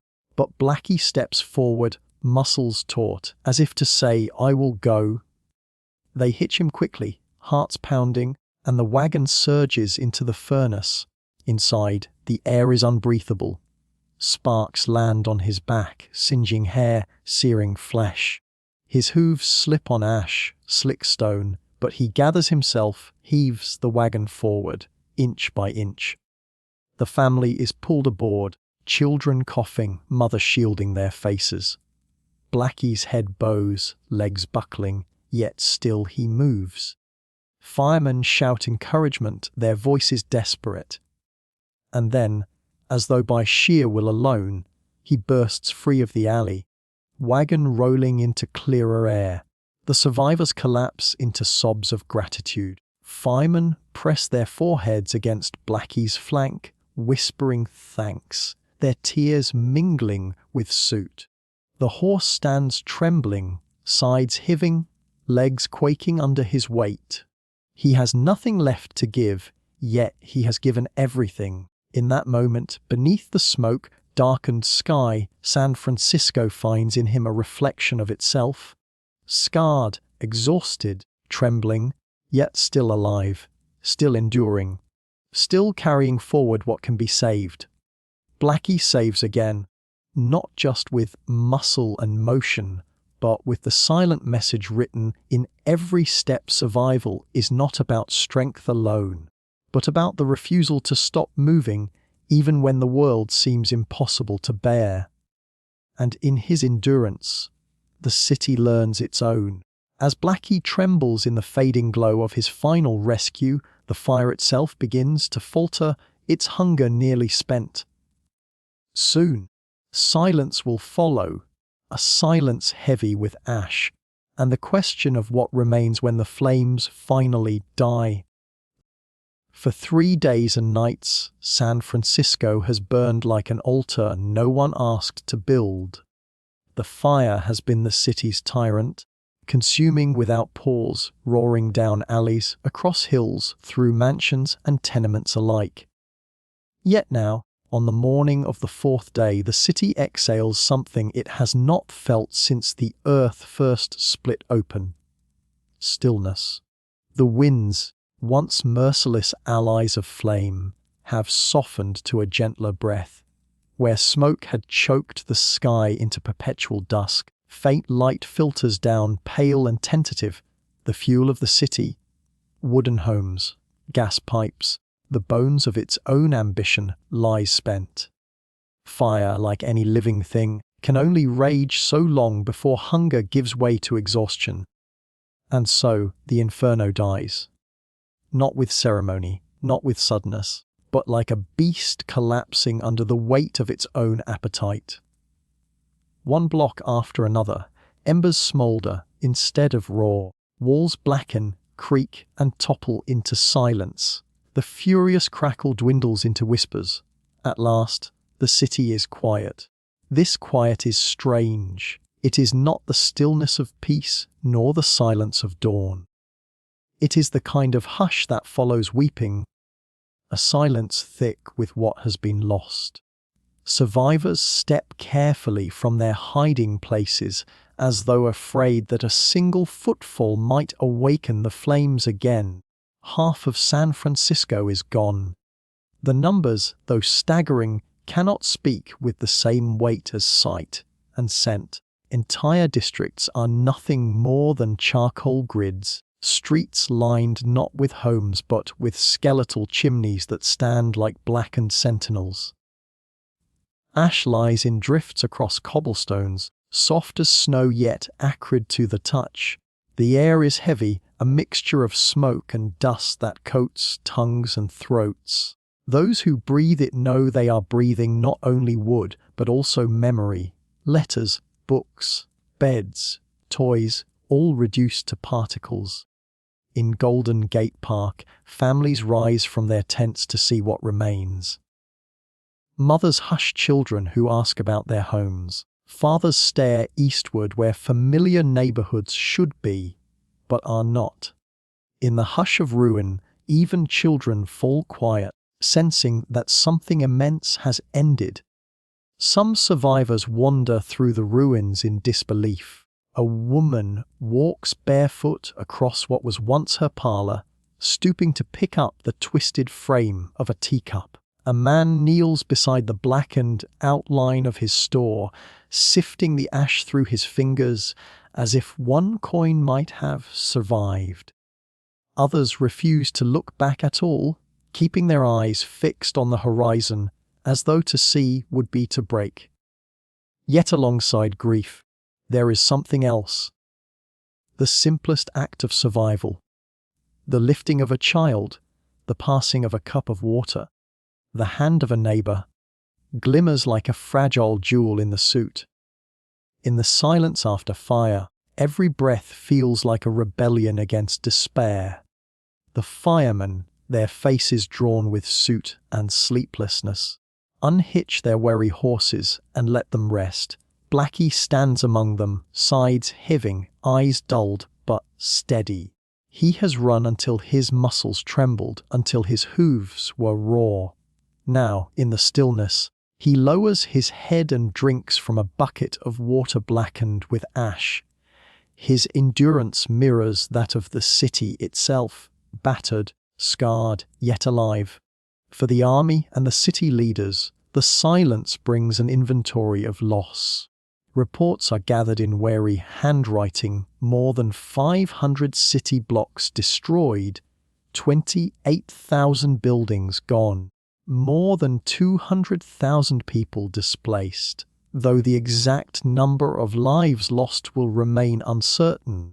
The cost is beyond any reckoning. A city of grand hotels, gilded theaters, bustling markets, and lantern-lit alleys has been undone in less than a week. And yet, even in ruin, San Francisco breathes. People cook meals over open fires in the parks. They gather in circles, sharing bread, news, and memory. They speak of where they will go next, of what they will rebuild, of how they will survive tonight and tomorrow. It is often said that silence can be more deafening than sound. The silence that follows the fire is exactly this. It presses down upon the city, a reminder of absence, but also a canvas for what may yet be drawn. The flames have stripped San Francisco to its bones, and bones, though fragile, are the framework upon which flesh can return. The survivors stand upon ash, but beneath their feet lies earth that has not vanished. Streets may be erased, but the hills remain, and the bay still glimmers with its restless tide. The fire could not consume the salt of the ocean, nor the wind that carries the cry of gulls. These remain as anchors, whispering to the displaced that life is not entirely gone. In the evenings that follow, families light small lanterns at their tents, their glow trembling like fragile constellations scattered across the park. The city, once ablaze with destruction, is now dotted with these tiny islands of light, humble yet stubborn. Where once fire devoured, now flame comforts. It is the paradox of disaster what destroys also reveals. Fire has taken the city's grandeur, but it has left its will. It has silenced the streets, but it has not silenced the human heart. And so, San Francisco begins to rest. The survivors, weary beyond words, surrender themselves to uneasy sleep, lulled not by comfort but by exhaustion.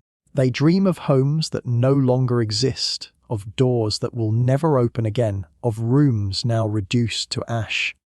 Yet even in dream, there flickers something fragile and enduring, the instinct to live, to rebuild, to remember. The fire has died, but memory does not. From the hush of smouldering ruins, life begins to stir again. Not yet strong, not yet certain, but present. And as tents rise across the empty city, the story shifts from destruction to endurance, carrying us into the age of ashes and tent cities. The fire has loosened its grip, leaving only a hollowed city behind. Where once stood proud hotels, theatres, and wooden homes, there is now a flattened plain of ash. Chimneys rise like gravestones, lonely markers of neighborhoods that no longer exist.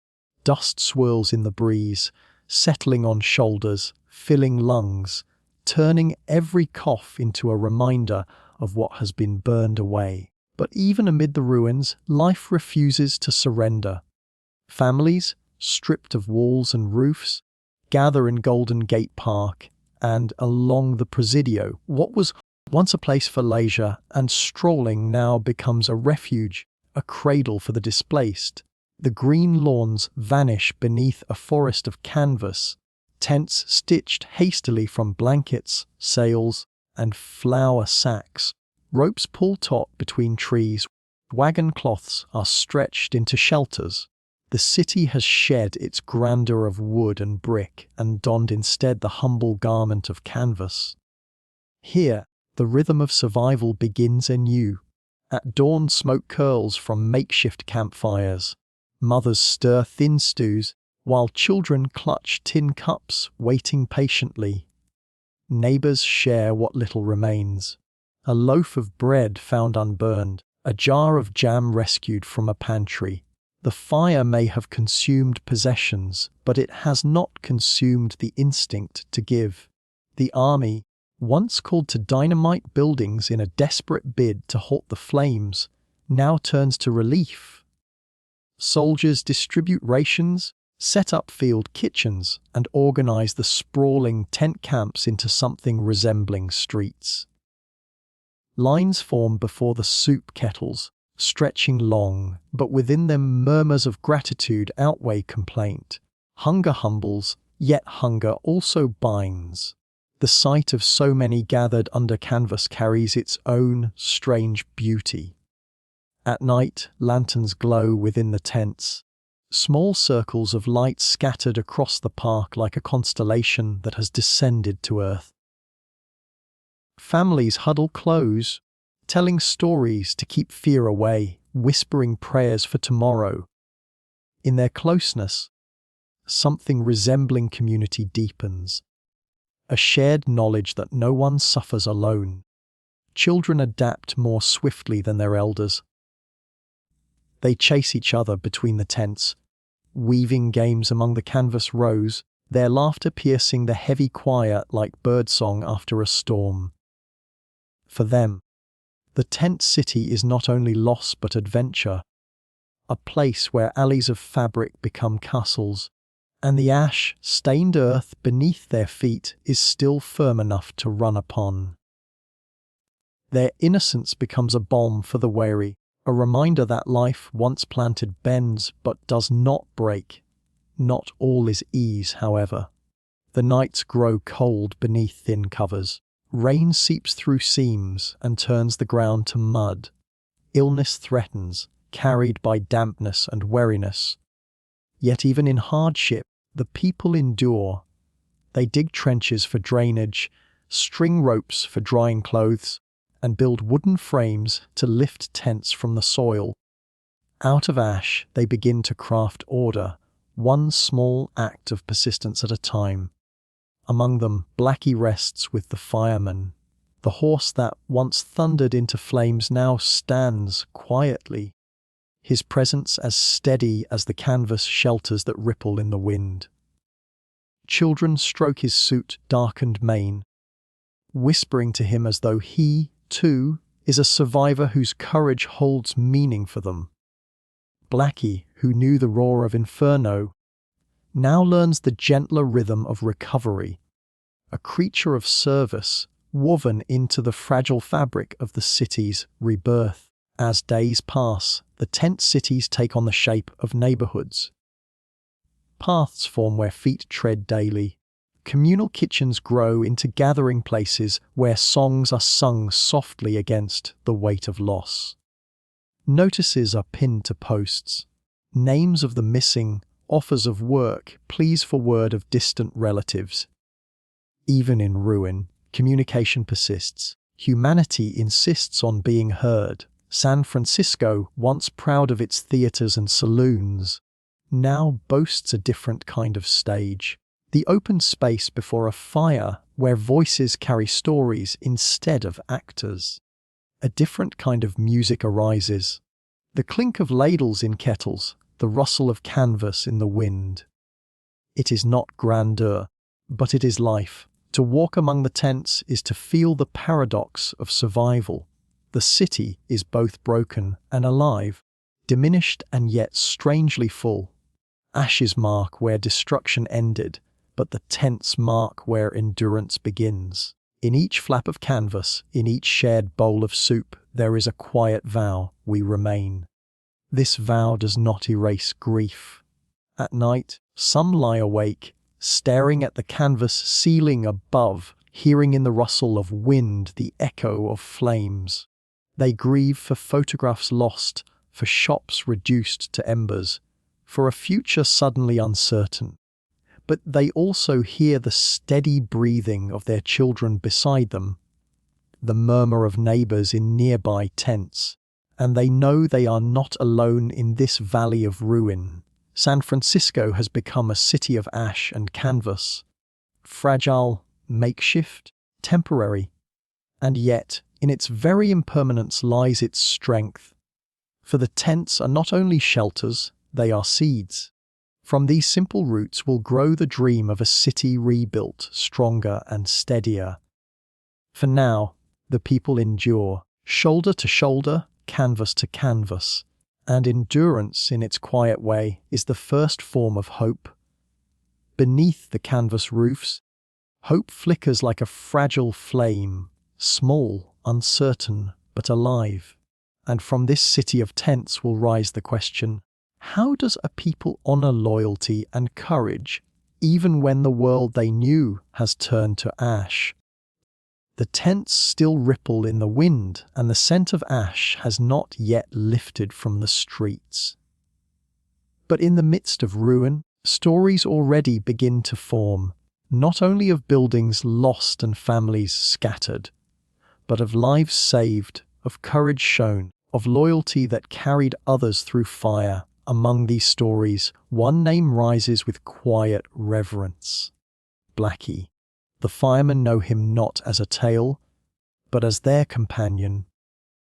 They remember the days before the earthquake, when he waited in the stall, ears flicking at the sound of the bell, ready to thunder into the streets.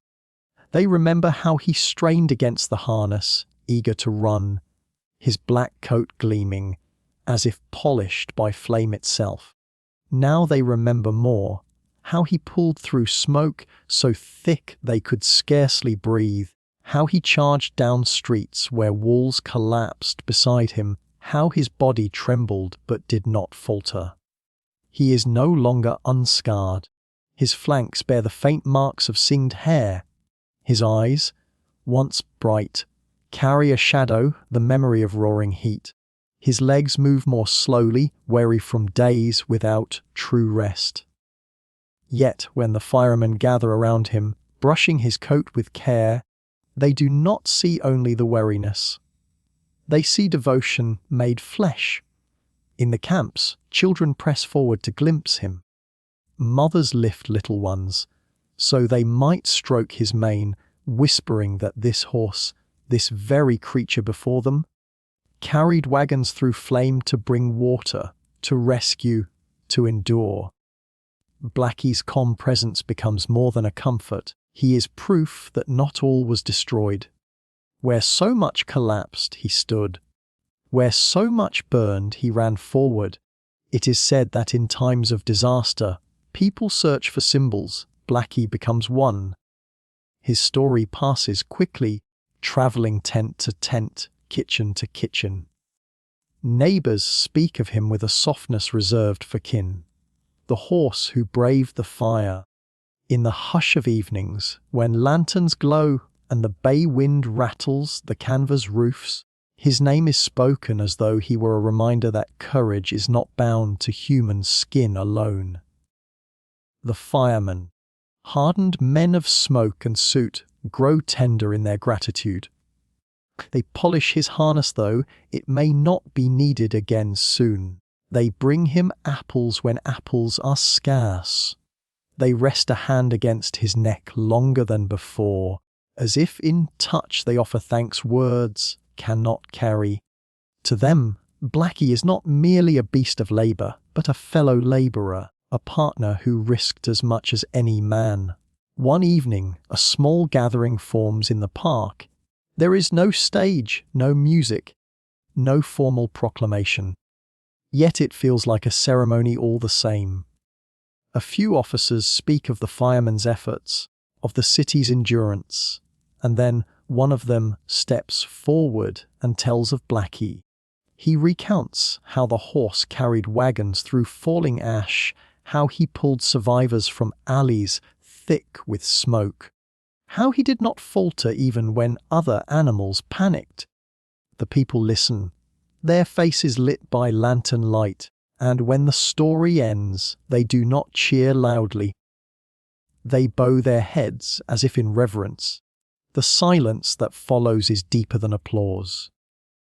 For in Blackie, they recognize something beyond themselves. He is strength without pride, service without demand.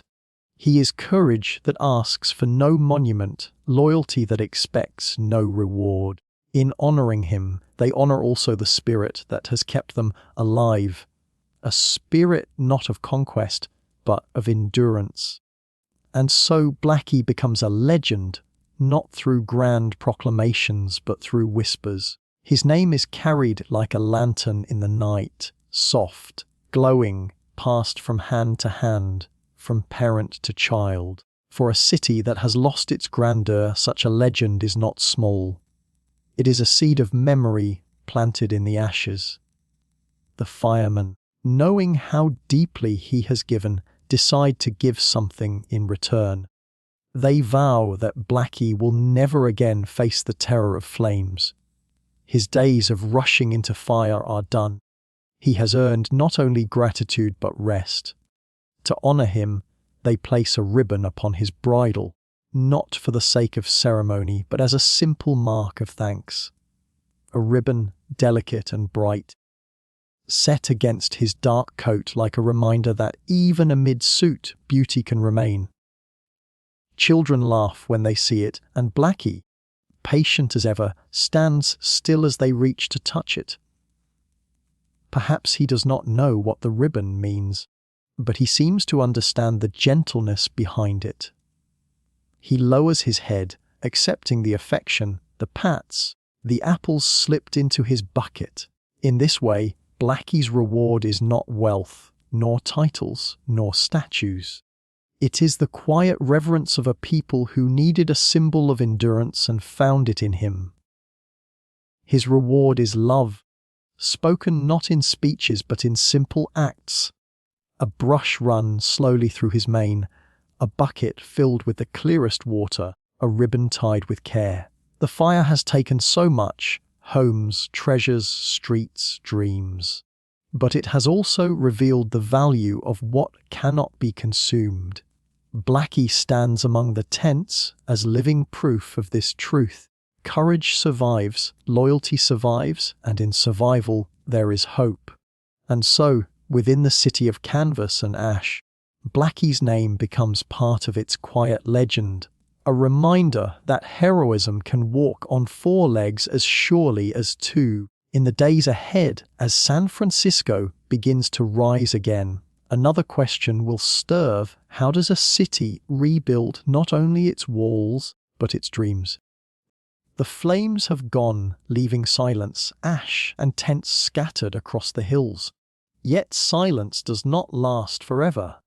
Already, in the hush of the parks, a different kind of murmur begins, not the cry of despair, but the low hum of planning. From loss, the mind turns slowly, stubbornly, to creation. San Francisco has always carried within it a restless ambition. Even before the fire, the city was a place that dreamed in gold and granite, a port where ships carried goods and promises in equal measure. Now, after destruction, that same ambition stirs again, though tempered by grief. People look out across the blackened grid of streets, not only seeing what was lost, but what might yet be. The rebuilding begins first in sketches. Architects unroll paper across makeshift desks, their lines tracing upward, higher than before. No longer only rows of wooden houses, now visions of brick, steel, and stone. Dreams of towers that might scrape the sky, daring structures meant not only to shelter, but to endure. The fire has taught them that beauty without strength is fragile, that ambition without resilience is fleeting. On the charred streets, workers clear debris by hand and by wagon. The air rings with the sound of hammers striking nails, of shovels biting into earth. Each swing, each heave is more than labor, it is defiance. To rebuild is to answer the fire, to say, "You have not ended us." The government promises aid. The city leaders speak of resurrection. But it is not only officials who carry the work forward. Ordinary citizens, grocers, carpenters, seamstresses, all lend themselves to the task. Together, they envision not just the return of what was, but the shaping of what could be. Steel becomes the symbol of this new dream. Stronger than timber, less yielding to flame, steel promises endurance. From the east, architects who once marveled at the rising skyline of New York whisper of new methods, new heights. San Francisco listens. In its ruin, it begins to imagine itself not only reborn, but transformed, a city of strength as well as beauty. Yet amid the excitement of vision, scars remain. Beneath the foundations they lay, there is soil still laced with ash, and memory still smoulders. Survivors, walking among the construction, feel ghosts lingering at every corner. Where once stood their homes, new walls rise for others. Where once a child laughed on a porch, now scaffolding towers upward. The city changes, but memory does not. The tent cities remain for years, scattered reminders of the slow pace of healing. Families cook over open flames even as steel skeletons of new buildings rise a few blocks away. The contrast is stark. The fragile present beside the ambitious future, both coexisting uneasily. Blackie, too, becomes part of this new chapter. He no longer runs into fire, but he watches as wagons haul bricks instead of water barrels. His steady gaze follows the rhythm of rebuilding, as though he knows that courage is needed not only in destruction, but in creation. Children still come to see him, patting his dark coat, whispering their small hopes for the city to him, as though he were an oracle. In his quiet endurance, he mirrors the city's own. Scarred, wary, yet unwilling to yield, there is poetry in the way ruin and rebirth intertwine. Out of charred blocks, new patterns emerge. Out of silence, hammers sing. Out of grief, determination hardens. And yet, each act of construction carries within it an echo of fragility. The earthquake still lurks in memory. The fire still lingers in the scent of scorched stone.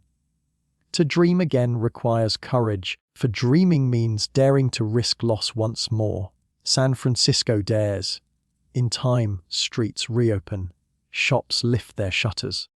Theaters raise new curtains, their laughter and music returning to fill the nights. Streetcars rattle once more along rails that had been twisted and buried. The city that was nearly erased writes itself again upon the earth, its letters now bolder, its script steadier. Visitors, arriving by ship, marvel at the sight. They expect ruins, but they see construction. They expect despair, but they hear ambition. The city will be greater than ever, some proclaim, though beneath their words lies a recognition that greatness often demands a price. For the survivors, however, the memory of that price is never far. They carry it in the faint smell of smoke that lingers on the wind, in the uneven cobblestones where fire once roared, in the absence of familiar faces.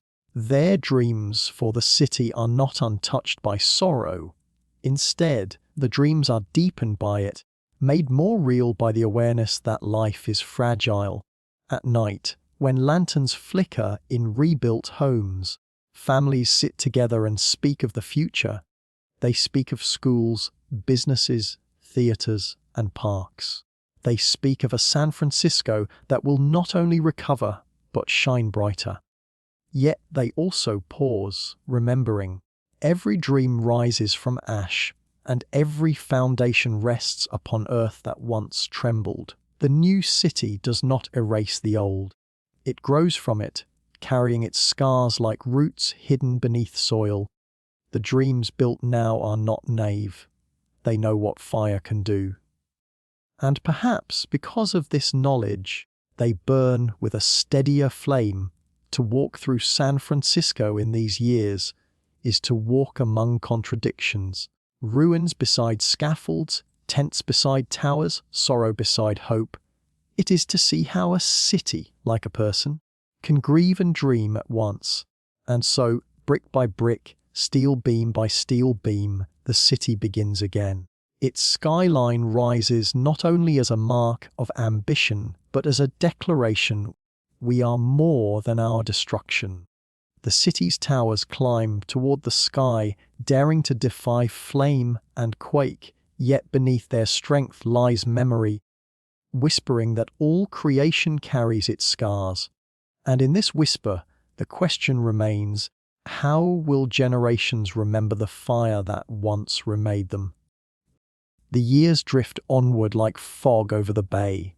San Francisco, rebuilt in steel and stone, gleams again against the Pacific sky. Its skyline grows taller, its streets hum with commerce and laughter. Its people learn to trust the ground beneath them, at least for a time. Yet beneath the surface of progress, a quiet ember remains, carried in the hearts of those who lived through April of 1906. Memory does not fade easily when the earth itself once roared, when the sky turned black at noon, when the streets became rivers of flame. For the survivors, the fire is never just an event. It is a presence, a shadow stitched into the fabric of their lives.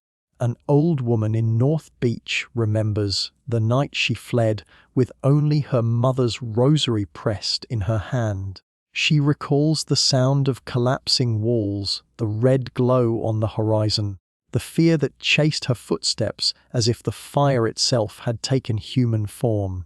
For her, every candlelit vigil afterward carries both comfort and unease, for flame, though gentle now, still whispers of ruin.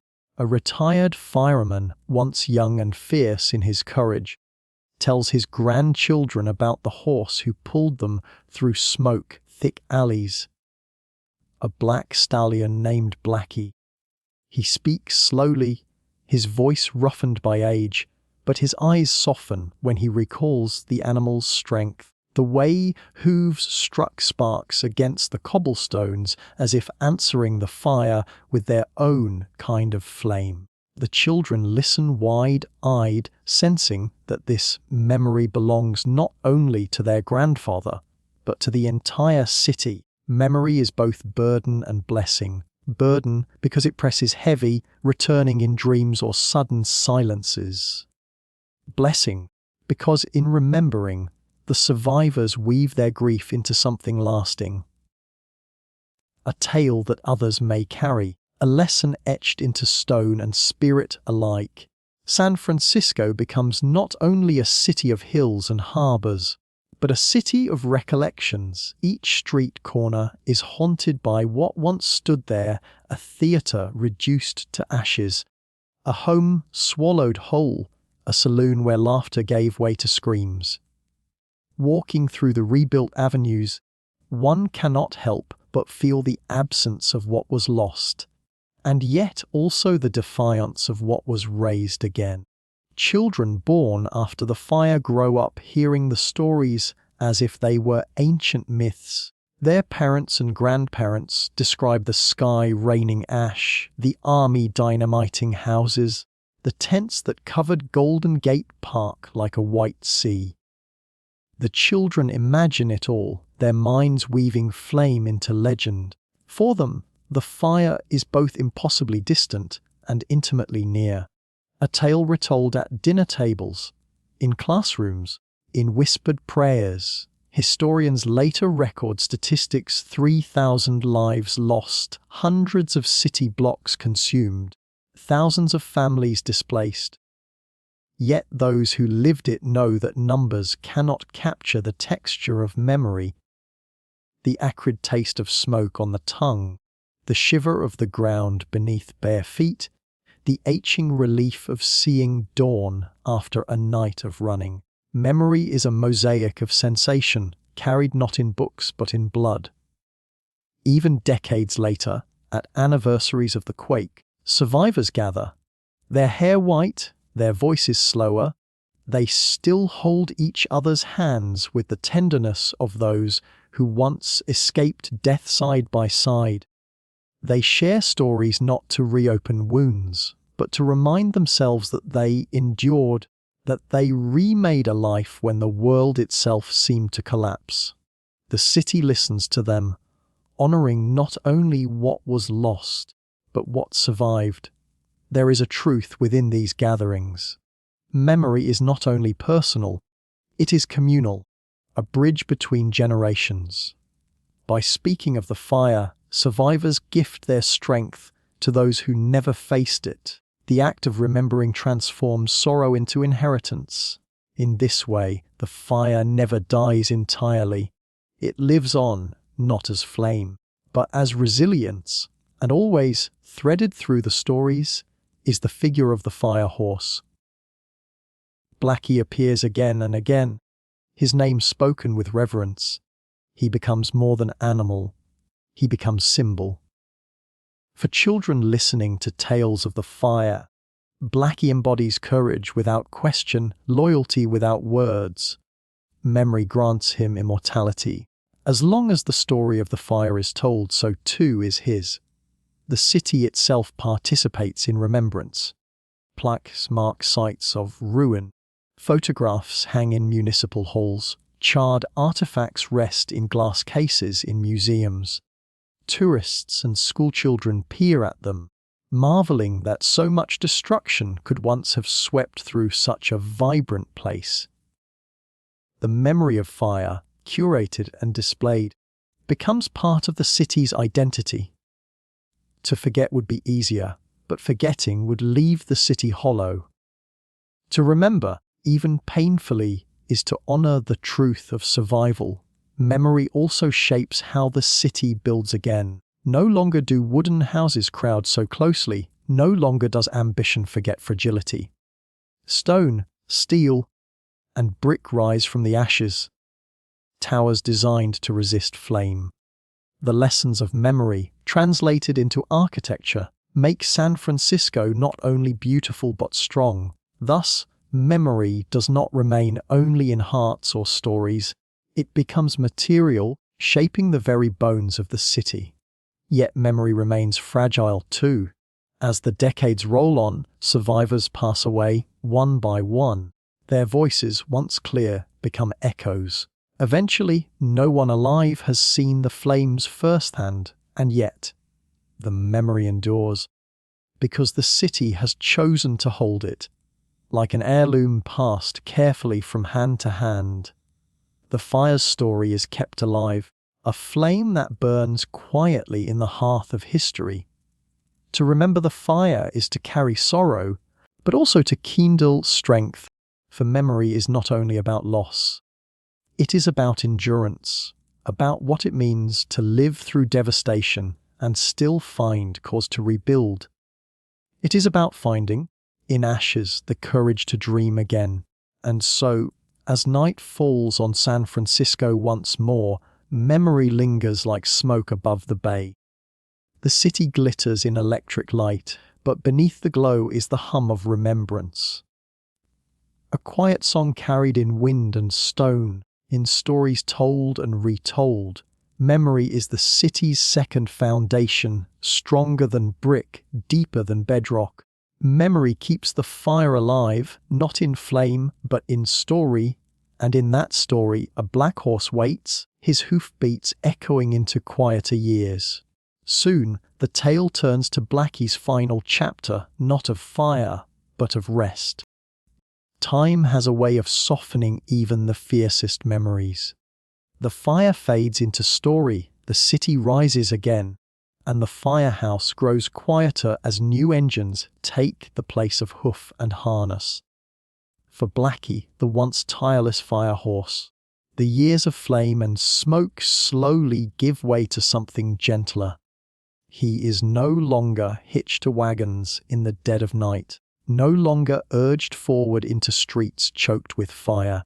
Instead, he finds himself in open pasture, where the wind carries not the cry of alarm bells, but the rustle of grass. His black coat, once gleaming with sweat from long runs through San Francisco's narrow lanes, now glimmers beneath the softer sun of afternoon. Retirement comes not suddenly but gradually. A limp here, a slower pace there. Firemen who once relied on his speed notice the change in his stride, the heaviness that settles after years of pulling wagons through flame and fear. They do not speak of it at first, for in their hearts they wish he might serve forever. But service has its season, and even the bravest must someday rest. The firemen give him honor in his farewell. They pat his neck, murmur thanks, slip him apples and sugar cubes with a tenderness reserved for family. For in truth, he is family, a companion in the darkest hours of the city's trial. He carried not only wagons but lives, courage, and hope. To see him go is to feel an emptiness, yet also a quiet pride. And so Blackie moves to green pastures beyond the city's edge, where the earth is still and the days long. Here, his steps slow but sure, he learns the rhythm of peace. The urgency of bells no longer governs his heartbeat. Instead, the seasons become his measure of time, the budding of spring grass, the golden haze of summer, the soft rains of autumn, the hush of winter nights. Some of the firemen visit him still, leaning against the fence, recalling the days when his hooves struck sparks from cobblestones. They watch him graze, his head low, his movements unhurried. He earned this. One whispers and the others nod. For in Blackie's calm, they see reflected their own longing for rest after service. He is their reminder that even the strongest are allowed to grow old. Children from nearby farms come to see him. They do not know the weight of his past, not fully. To them, he is simply a magnificent black horse, gentle-eyed, patient. Yet when the old firemen tell them the stories of flames taller than houses, of streets where ash fell like snow, of a horse who charged into fire without hesitation, the children gaze at him differently. They see not only an animal, but a hero disguised in ordinary stillness. There is a dignity in Blackie's later years, a dignity found not in action, but in quiet existence. The grass bends beneath his hooves, the air carries his steady breath. The fields hold him like a cradle, rocking him toward the twilight of life with gentleness the city could never offer. And still, even in rest, memory clings to him. At times, when the wind rises and the world seems to tremble with it, Blackie lifts his head sharply, ears pricked, as if waiting for bells to sound. In those moments, the past stirs within him, the ghost of fire wagons and shouting men, the pull of leather and harness. But the wind carries no alarm, only the scent of the ocean drifting inland, reminding him that his battles are over. Slowly, his head lowers again, and peace returns. San Francisco itself moves forward, engines replacing horses, towers rising where rubble once lay. Yet in some hidden way, the city still carries him, for every retelling of the fire brings Blackie's name, every memory of survival carries the rhythm of his gallop. Even as he rests in quiet pastures, his story runs on, stitched into the city's living memory. The years unfold gently. His strength wanes, but not his spirit. Where once he bore the weight of wagons, now he bears only the light of the sun on his back. The firemen who loved him know he has given all he could. They do not mourn his slowing steps, they honor them. For in his rest, he teaches them something new, that there is valor not only in charging forward, but in laying down the harness at last. Blackie's retirement is more than the end of a career. It is a chapter of grace, a reminder that life's worth is not measured only by action or sacrifice, but also by the dignity with which one receives peace. His silence is as eloquent as his gallop once was, his stillness as profound as the courage that carried him through fire. And so the fire horse, once a symbol of unyielding service, becomes instead a symbol of rest. His story, already legendary, deepens with this quieter ending. For to see Blackie grazing in the field, his mane stirring softly in the breeze, is to understand that even the fiercest flames must give way to calm, and even the bravest hearts deserve a season of gentleness. In Blackie's stillness, the city learns that remembrance is not only about fire and fury, but about the peace that follows, and soon the story turns to how a city and its horse are remembered together. Time moves forward with the steady march of invention. By the second decade of the 20th century, Firehouses across San Francisco no longer prepare teams of horses at the cry of alarm. Instead, engines rumble to life, powered by gasoline, steel, and speed. The era of the fire horse, proud, muscular, irreplaceable, fades into history.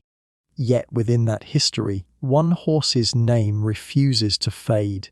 Blackie is remembered not in monuments of bronze or marble, but in the stories whispered by survivors, in the recollections of firemen, in the hush that comes when his name is spoken. He becomes part of San Francisco's folklore, a symbol of bravery without voice, of loyalty without question. Children who never saw him gallop through smoke hear of him from parents and grandparents who once stood in terror as flames consumed the city. They are told of a black horse whose hooves struck against stone while buildings collapsed, whose strength carried wagons heavy with water and lives through streets glowing red with fire. The children picture him in their minds, dark against the inferno, unyielding against chaos. They grow up believing that not all heroes are men with uniforms. Some are animals who choose to serve because they cannot choose otherwise, yet do so with grace. For the firemen who knew him, Blackie is not legend, but memory. They remember the texture of his mane beneath their hands, the sound of his breathing beside them as they fought to save their city. His presence was as steady as the beat of their own hearts. Even years later, retired from service, they speak of him with the kind of affection usually reserved for lifelong friends. "He saved us," one says. "Carried us through when we thought we could not carry ourselves." In the city's collective soul, Blackie becomes a quiet parable. He represents not only courage, but also the bond between human and animal, between duty and love. His story reminds San Francisco that bravery is not limited to speeches or medals. Sometimes it is found in the silent strength of one who does not hesitate, even when the world itself trembles. As decades pass, the memory of the fire is marked each April with ceremonies and remembrances. Survivors gather, candles are lit, and stories retold. Among them, Blackie's name always arises. His life is recounted alongside the collapse of buildings and the heroism of fire brigades, as if he were not separate from the city's ordeal, but inseparable from it. In remembering him, the city remembers itself, both its fragility and its endurance. Photographs from the era, blurred images of wagons pulled by dark horses through smoke-filled streets, are preserved in archives and museums. To those who study them, Blackie's figure cannot be singled out with certainty, yet his spirit is present in every frame. He becomes a symbol for all the fire horses who once served, but his story burns brightest because it is told again and again until his name alone carries the weight of all their labors. Teachers speak of him in classrooms when teaching the quake of 1906. Writers include him in memoirs and newspaper columns decades after the fire. Tourists walking the rebuilt streets hear docents tell of a horse who pulled his city through the flames. In each retelling, Blackie is remembered as if he still stands in his stall, waiting for the next call, ears pricked, hooves restless. Memory works in this way. It does not always require monuments of stone. Sometimes, it is the endurance of story itself that preserves a life. Blackie leaves because San Francisco chooses to remember him. He becomes part of its myth, its cautionary tale, its proud heritage. He is the steady heartbeat beneath the city's restless rise. The fire taught San Francisco many lessons. About building stronger, about respecting the ground that holds it, about resilience after ruin. Yet among the most tender lessons is this, that loyalty and courage may come from unexpected places, and that even a horse may carry the memory of a city on his back. In his later years, grazing far from the noise of alarm bells, Blackie cannot know the legacy he leaves. But those who loved him know. They speak his name softly, as if guarding a flame against the wind. Their children speak it too, and so the circle widens. In the end, the memory of Blackie is not confined to barns or firehouses. It belongs to the city itself, woven into its very identity. And as motor engines roar down San Francisco's rebuilt streets, no longer echoing with hoofbeats, there remains a longing in some hearts for the old rhythm, the thunder of horses pulling men toward danger. The bond of trust between human and animal, Blackie embodies that longing, crystallized in memory. He becomes, in absence, even more present. The city remembers him because to forget would be to forget part of itself. To tell Blackie's story is to tell the story of San Francisco's greatest trial and its endurance. The two cannot be separated. Where the city rose from ashes, the horse stands beside it, eternal in memory, immortal in story.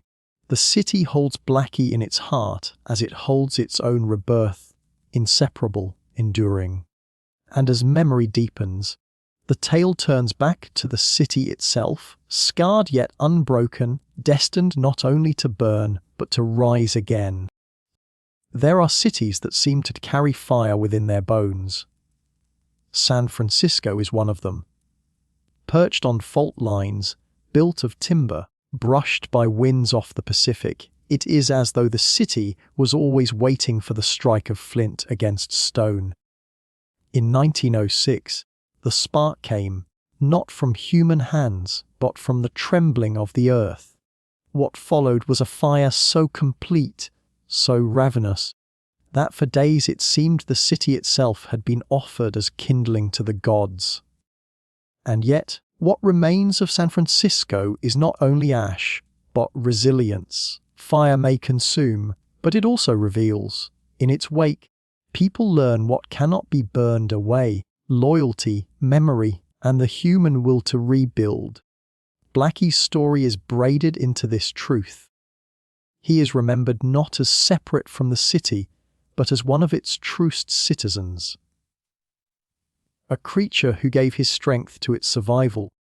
When others fled, he charged forward. When fire devoured the streets, he pulled water and men through the inferno. His hooves marked the rhythm of endurance, carrying both burden and hope. It is said that cities are more than their buildings. They are their people, their stories, their unseen threads of devotion. In San Francisco, those threads were not all human.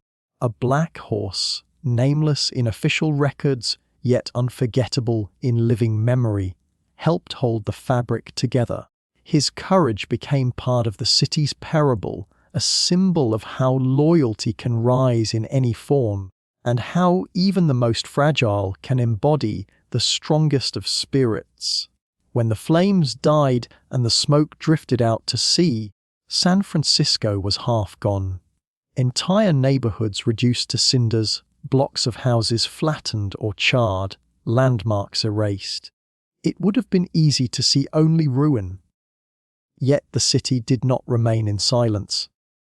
Hammers rang again, bricks stacked higher, steel beams stretched into the sky. The city that burned chose not only to return but to ascend. In this way, fire became a kind of teacher. It taught San Francisco that beauty built on fragility will fall, that ambition without foresight carries cost. But it also taught the opposite lesson, that strength is not only in stone and steel, but in the will of its people. And in the memories they chose to carry forward. The survivors of 1906 carried their memories like lanterns, lighting the way for those who came after. Children were told the story not to frighten, but to strengthen, to remind them that their city had endured worse than any hardship the present might bring. And woven into those retellings was always the figure of Blackie, the horse whose loyalty gave shape to courage itself. In his retirement, grazing in quiet fields, Blackie could never know that he had become legend. Yet legend is not built of statues alone. It is built of stories whispered across generations, of names spoken with reverence, of lives remembered not for grandeur but for grace under fire. And so Blackie became a story, and in becoming story, he became eternal. San Francisco too became a story, not just of loss but of rebirth. Writers and poets would call it a phoenix, rising from its own ashes. Architects would speak of the new city as proof that modernity could triumph over disaster. Citizens would tell visitors of the Great Fire not only as warning but as pride, a testament to what their city had survived. There is a paradox here. San Francisco is both fragile and enduring, both destined to fall and destined to rise. Perhaps this is its essence. To live on such restless ground, on the edge of ocean and fault line, is to accept impermanence as constant. And yet, within that impermanence grows a peculiar strength. The strength to rise again, again and again. The city remembers not only with plaques or parades, but with the simple persistence of its life. Streetcars still climb its steep hills. Fishermen still cast nets into its waters. Lanterns still glow in Chinatown. Music still drifts from theaters. Children still chase each other down narrow lanes. These small acts are themselves a rebuke to fire, proof that flame cannot erase what spirit refuses to surrender. Blackie's name, spoken in reminiscence, becomes a kind of vow that courage, whether human or animal, will not be forgotten. The horse who once ran into fire now rests in peace, but his memory moves like a quiet current through the city's veins. He is part of San Francisco's soul as much as the Golden Gate or the rolling fog. It is easy to think of fire as ending, but in truth, fire transforms. The city that was built to burn learned this with every scorched beam, every collapsed wall. Fire does not leave things as they were, it insists on change. For San Francisco, that change was painful, but also purifying. Out of ashes rose a city stronger, bolder, more enduring. Out of destruction came renewal. Out of ruin came the reminder that life, like flame, is fleeting but also fierce. And so, as the years pass into decades, San Francisco continues to hold both scar and flame within itself. Its skyline gleams, but beneath it runs the memory of smoke. Its towers rise, but beneath them lies the story of collapse. Its heart beats with ambition, but its soul hums with remembrance. This is the paradox of the city that was built to burn. Its destiny is not only destruction, but rebirth. For those who walk its streets today, it may be hard to imagine the silence of ash or the roar of fire that once consumed so much. Yet the city itself remembers, and in remembering, it carries a wisdom rare among places. It knows that beauty and fragility walk hand in hand, that loyalty can arrive in unexpected forms, that even fire can become part of the song of survival. In the end, Blackie's story is the city's story. He did not fight flames alone, but alongside men who refused to abandon their neighbors, alongside families who carried one another through chaos, alongside a city that refused to be erased. His loyalty mirrors theirs. His courage mirrors theirs. His endurance mirrors theirs. Together, horse and city prove that some bonds are stronger than fire. And perhaps that is the final lesson, that we remember not the fire alone, nor the destruction, but the rising afterward. San Francisco is not merely a place that once burned. It is a place that chose to rise again and again. Some cities are destined to burn, yet more destined to rise. And in that rising, amid memory and scar, San Francisco stands eternal, a city of fire, a city of survival, a city reborn with every telling of its tale. And so, the candle of this night's story burns quietly in time. We have walked together through trembling ground, through streets of ash and flame, and beside a loyal horse whose courage carried more than wagons. It carried the spirit of a city. San Francisco rose, fell, and rose again, and in Blackie's steady heartbeat we heard a truth that belongs not only to history, but to us, that even when the world shakes, loyalty and quiet strength can keep us standing. Though more than a century has passed, their echo still hums in the quiet. The clatter of hooves against cobblestones, the sigh of smoke above a city, the resilience of lives rebuilt from ruin.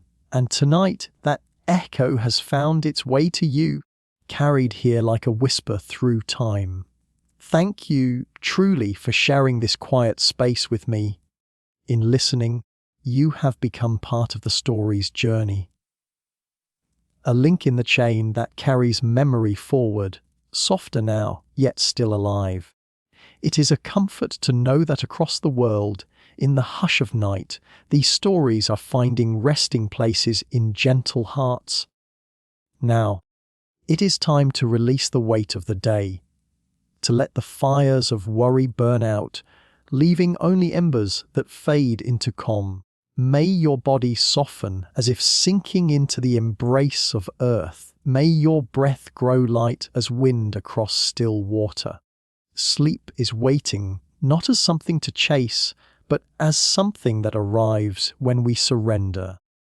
This has been the Sleeping Hourglass, where the past tucks you in and history itself becomes a lullaby. If this story has brought you peace, you are always welcome to return. Here, the hourglass will always fall slowly, gently, and without hurry. And so, dear listener, I leave you with this blessing. May your dreams carry you gently through the night. May your spirit rest in quiet strength. And may the calm that follows the fire stay with you, even as sleep takes your hand. Good night, and until next time, rest well beneath the hush of history's lullaby.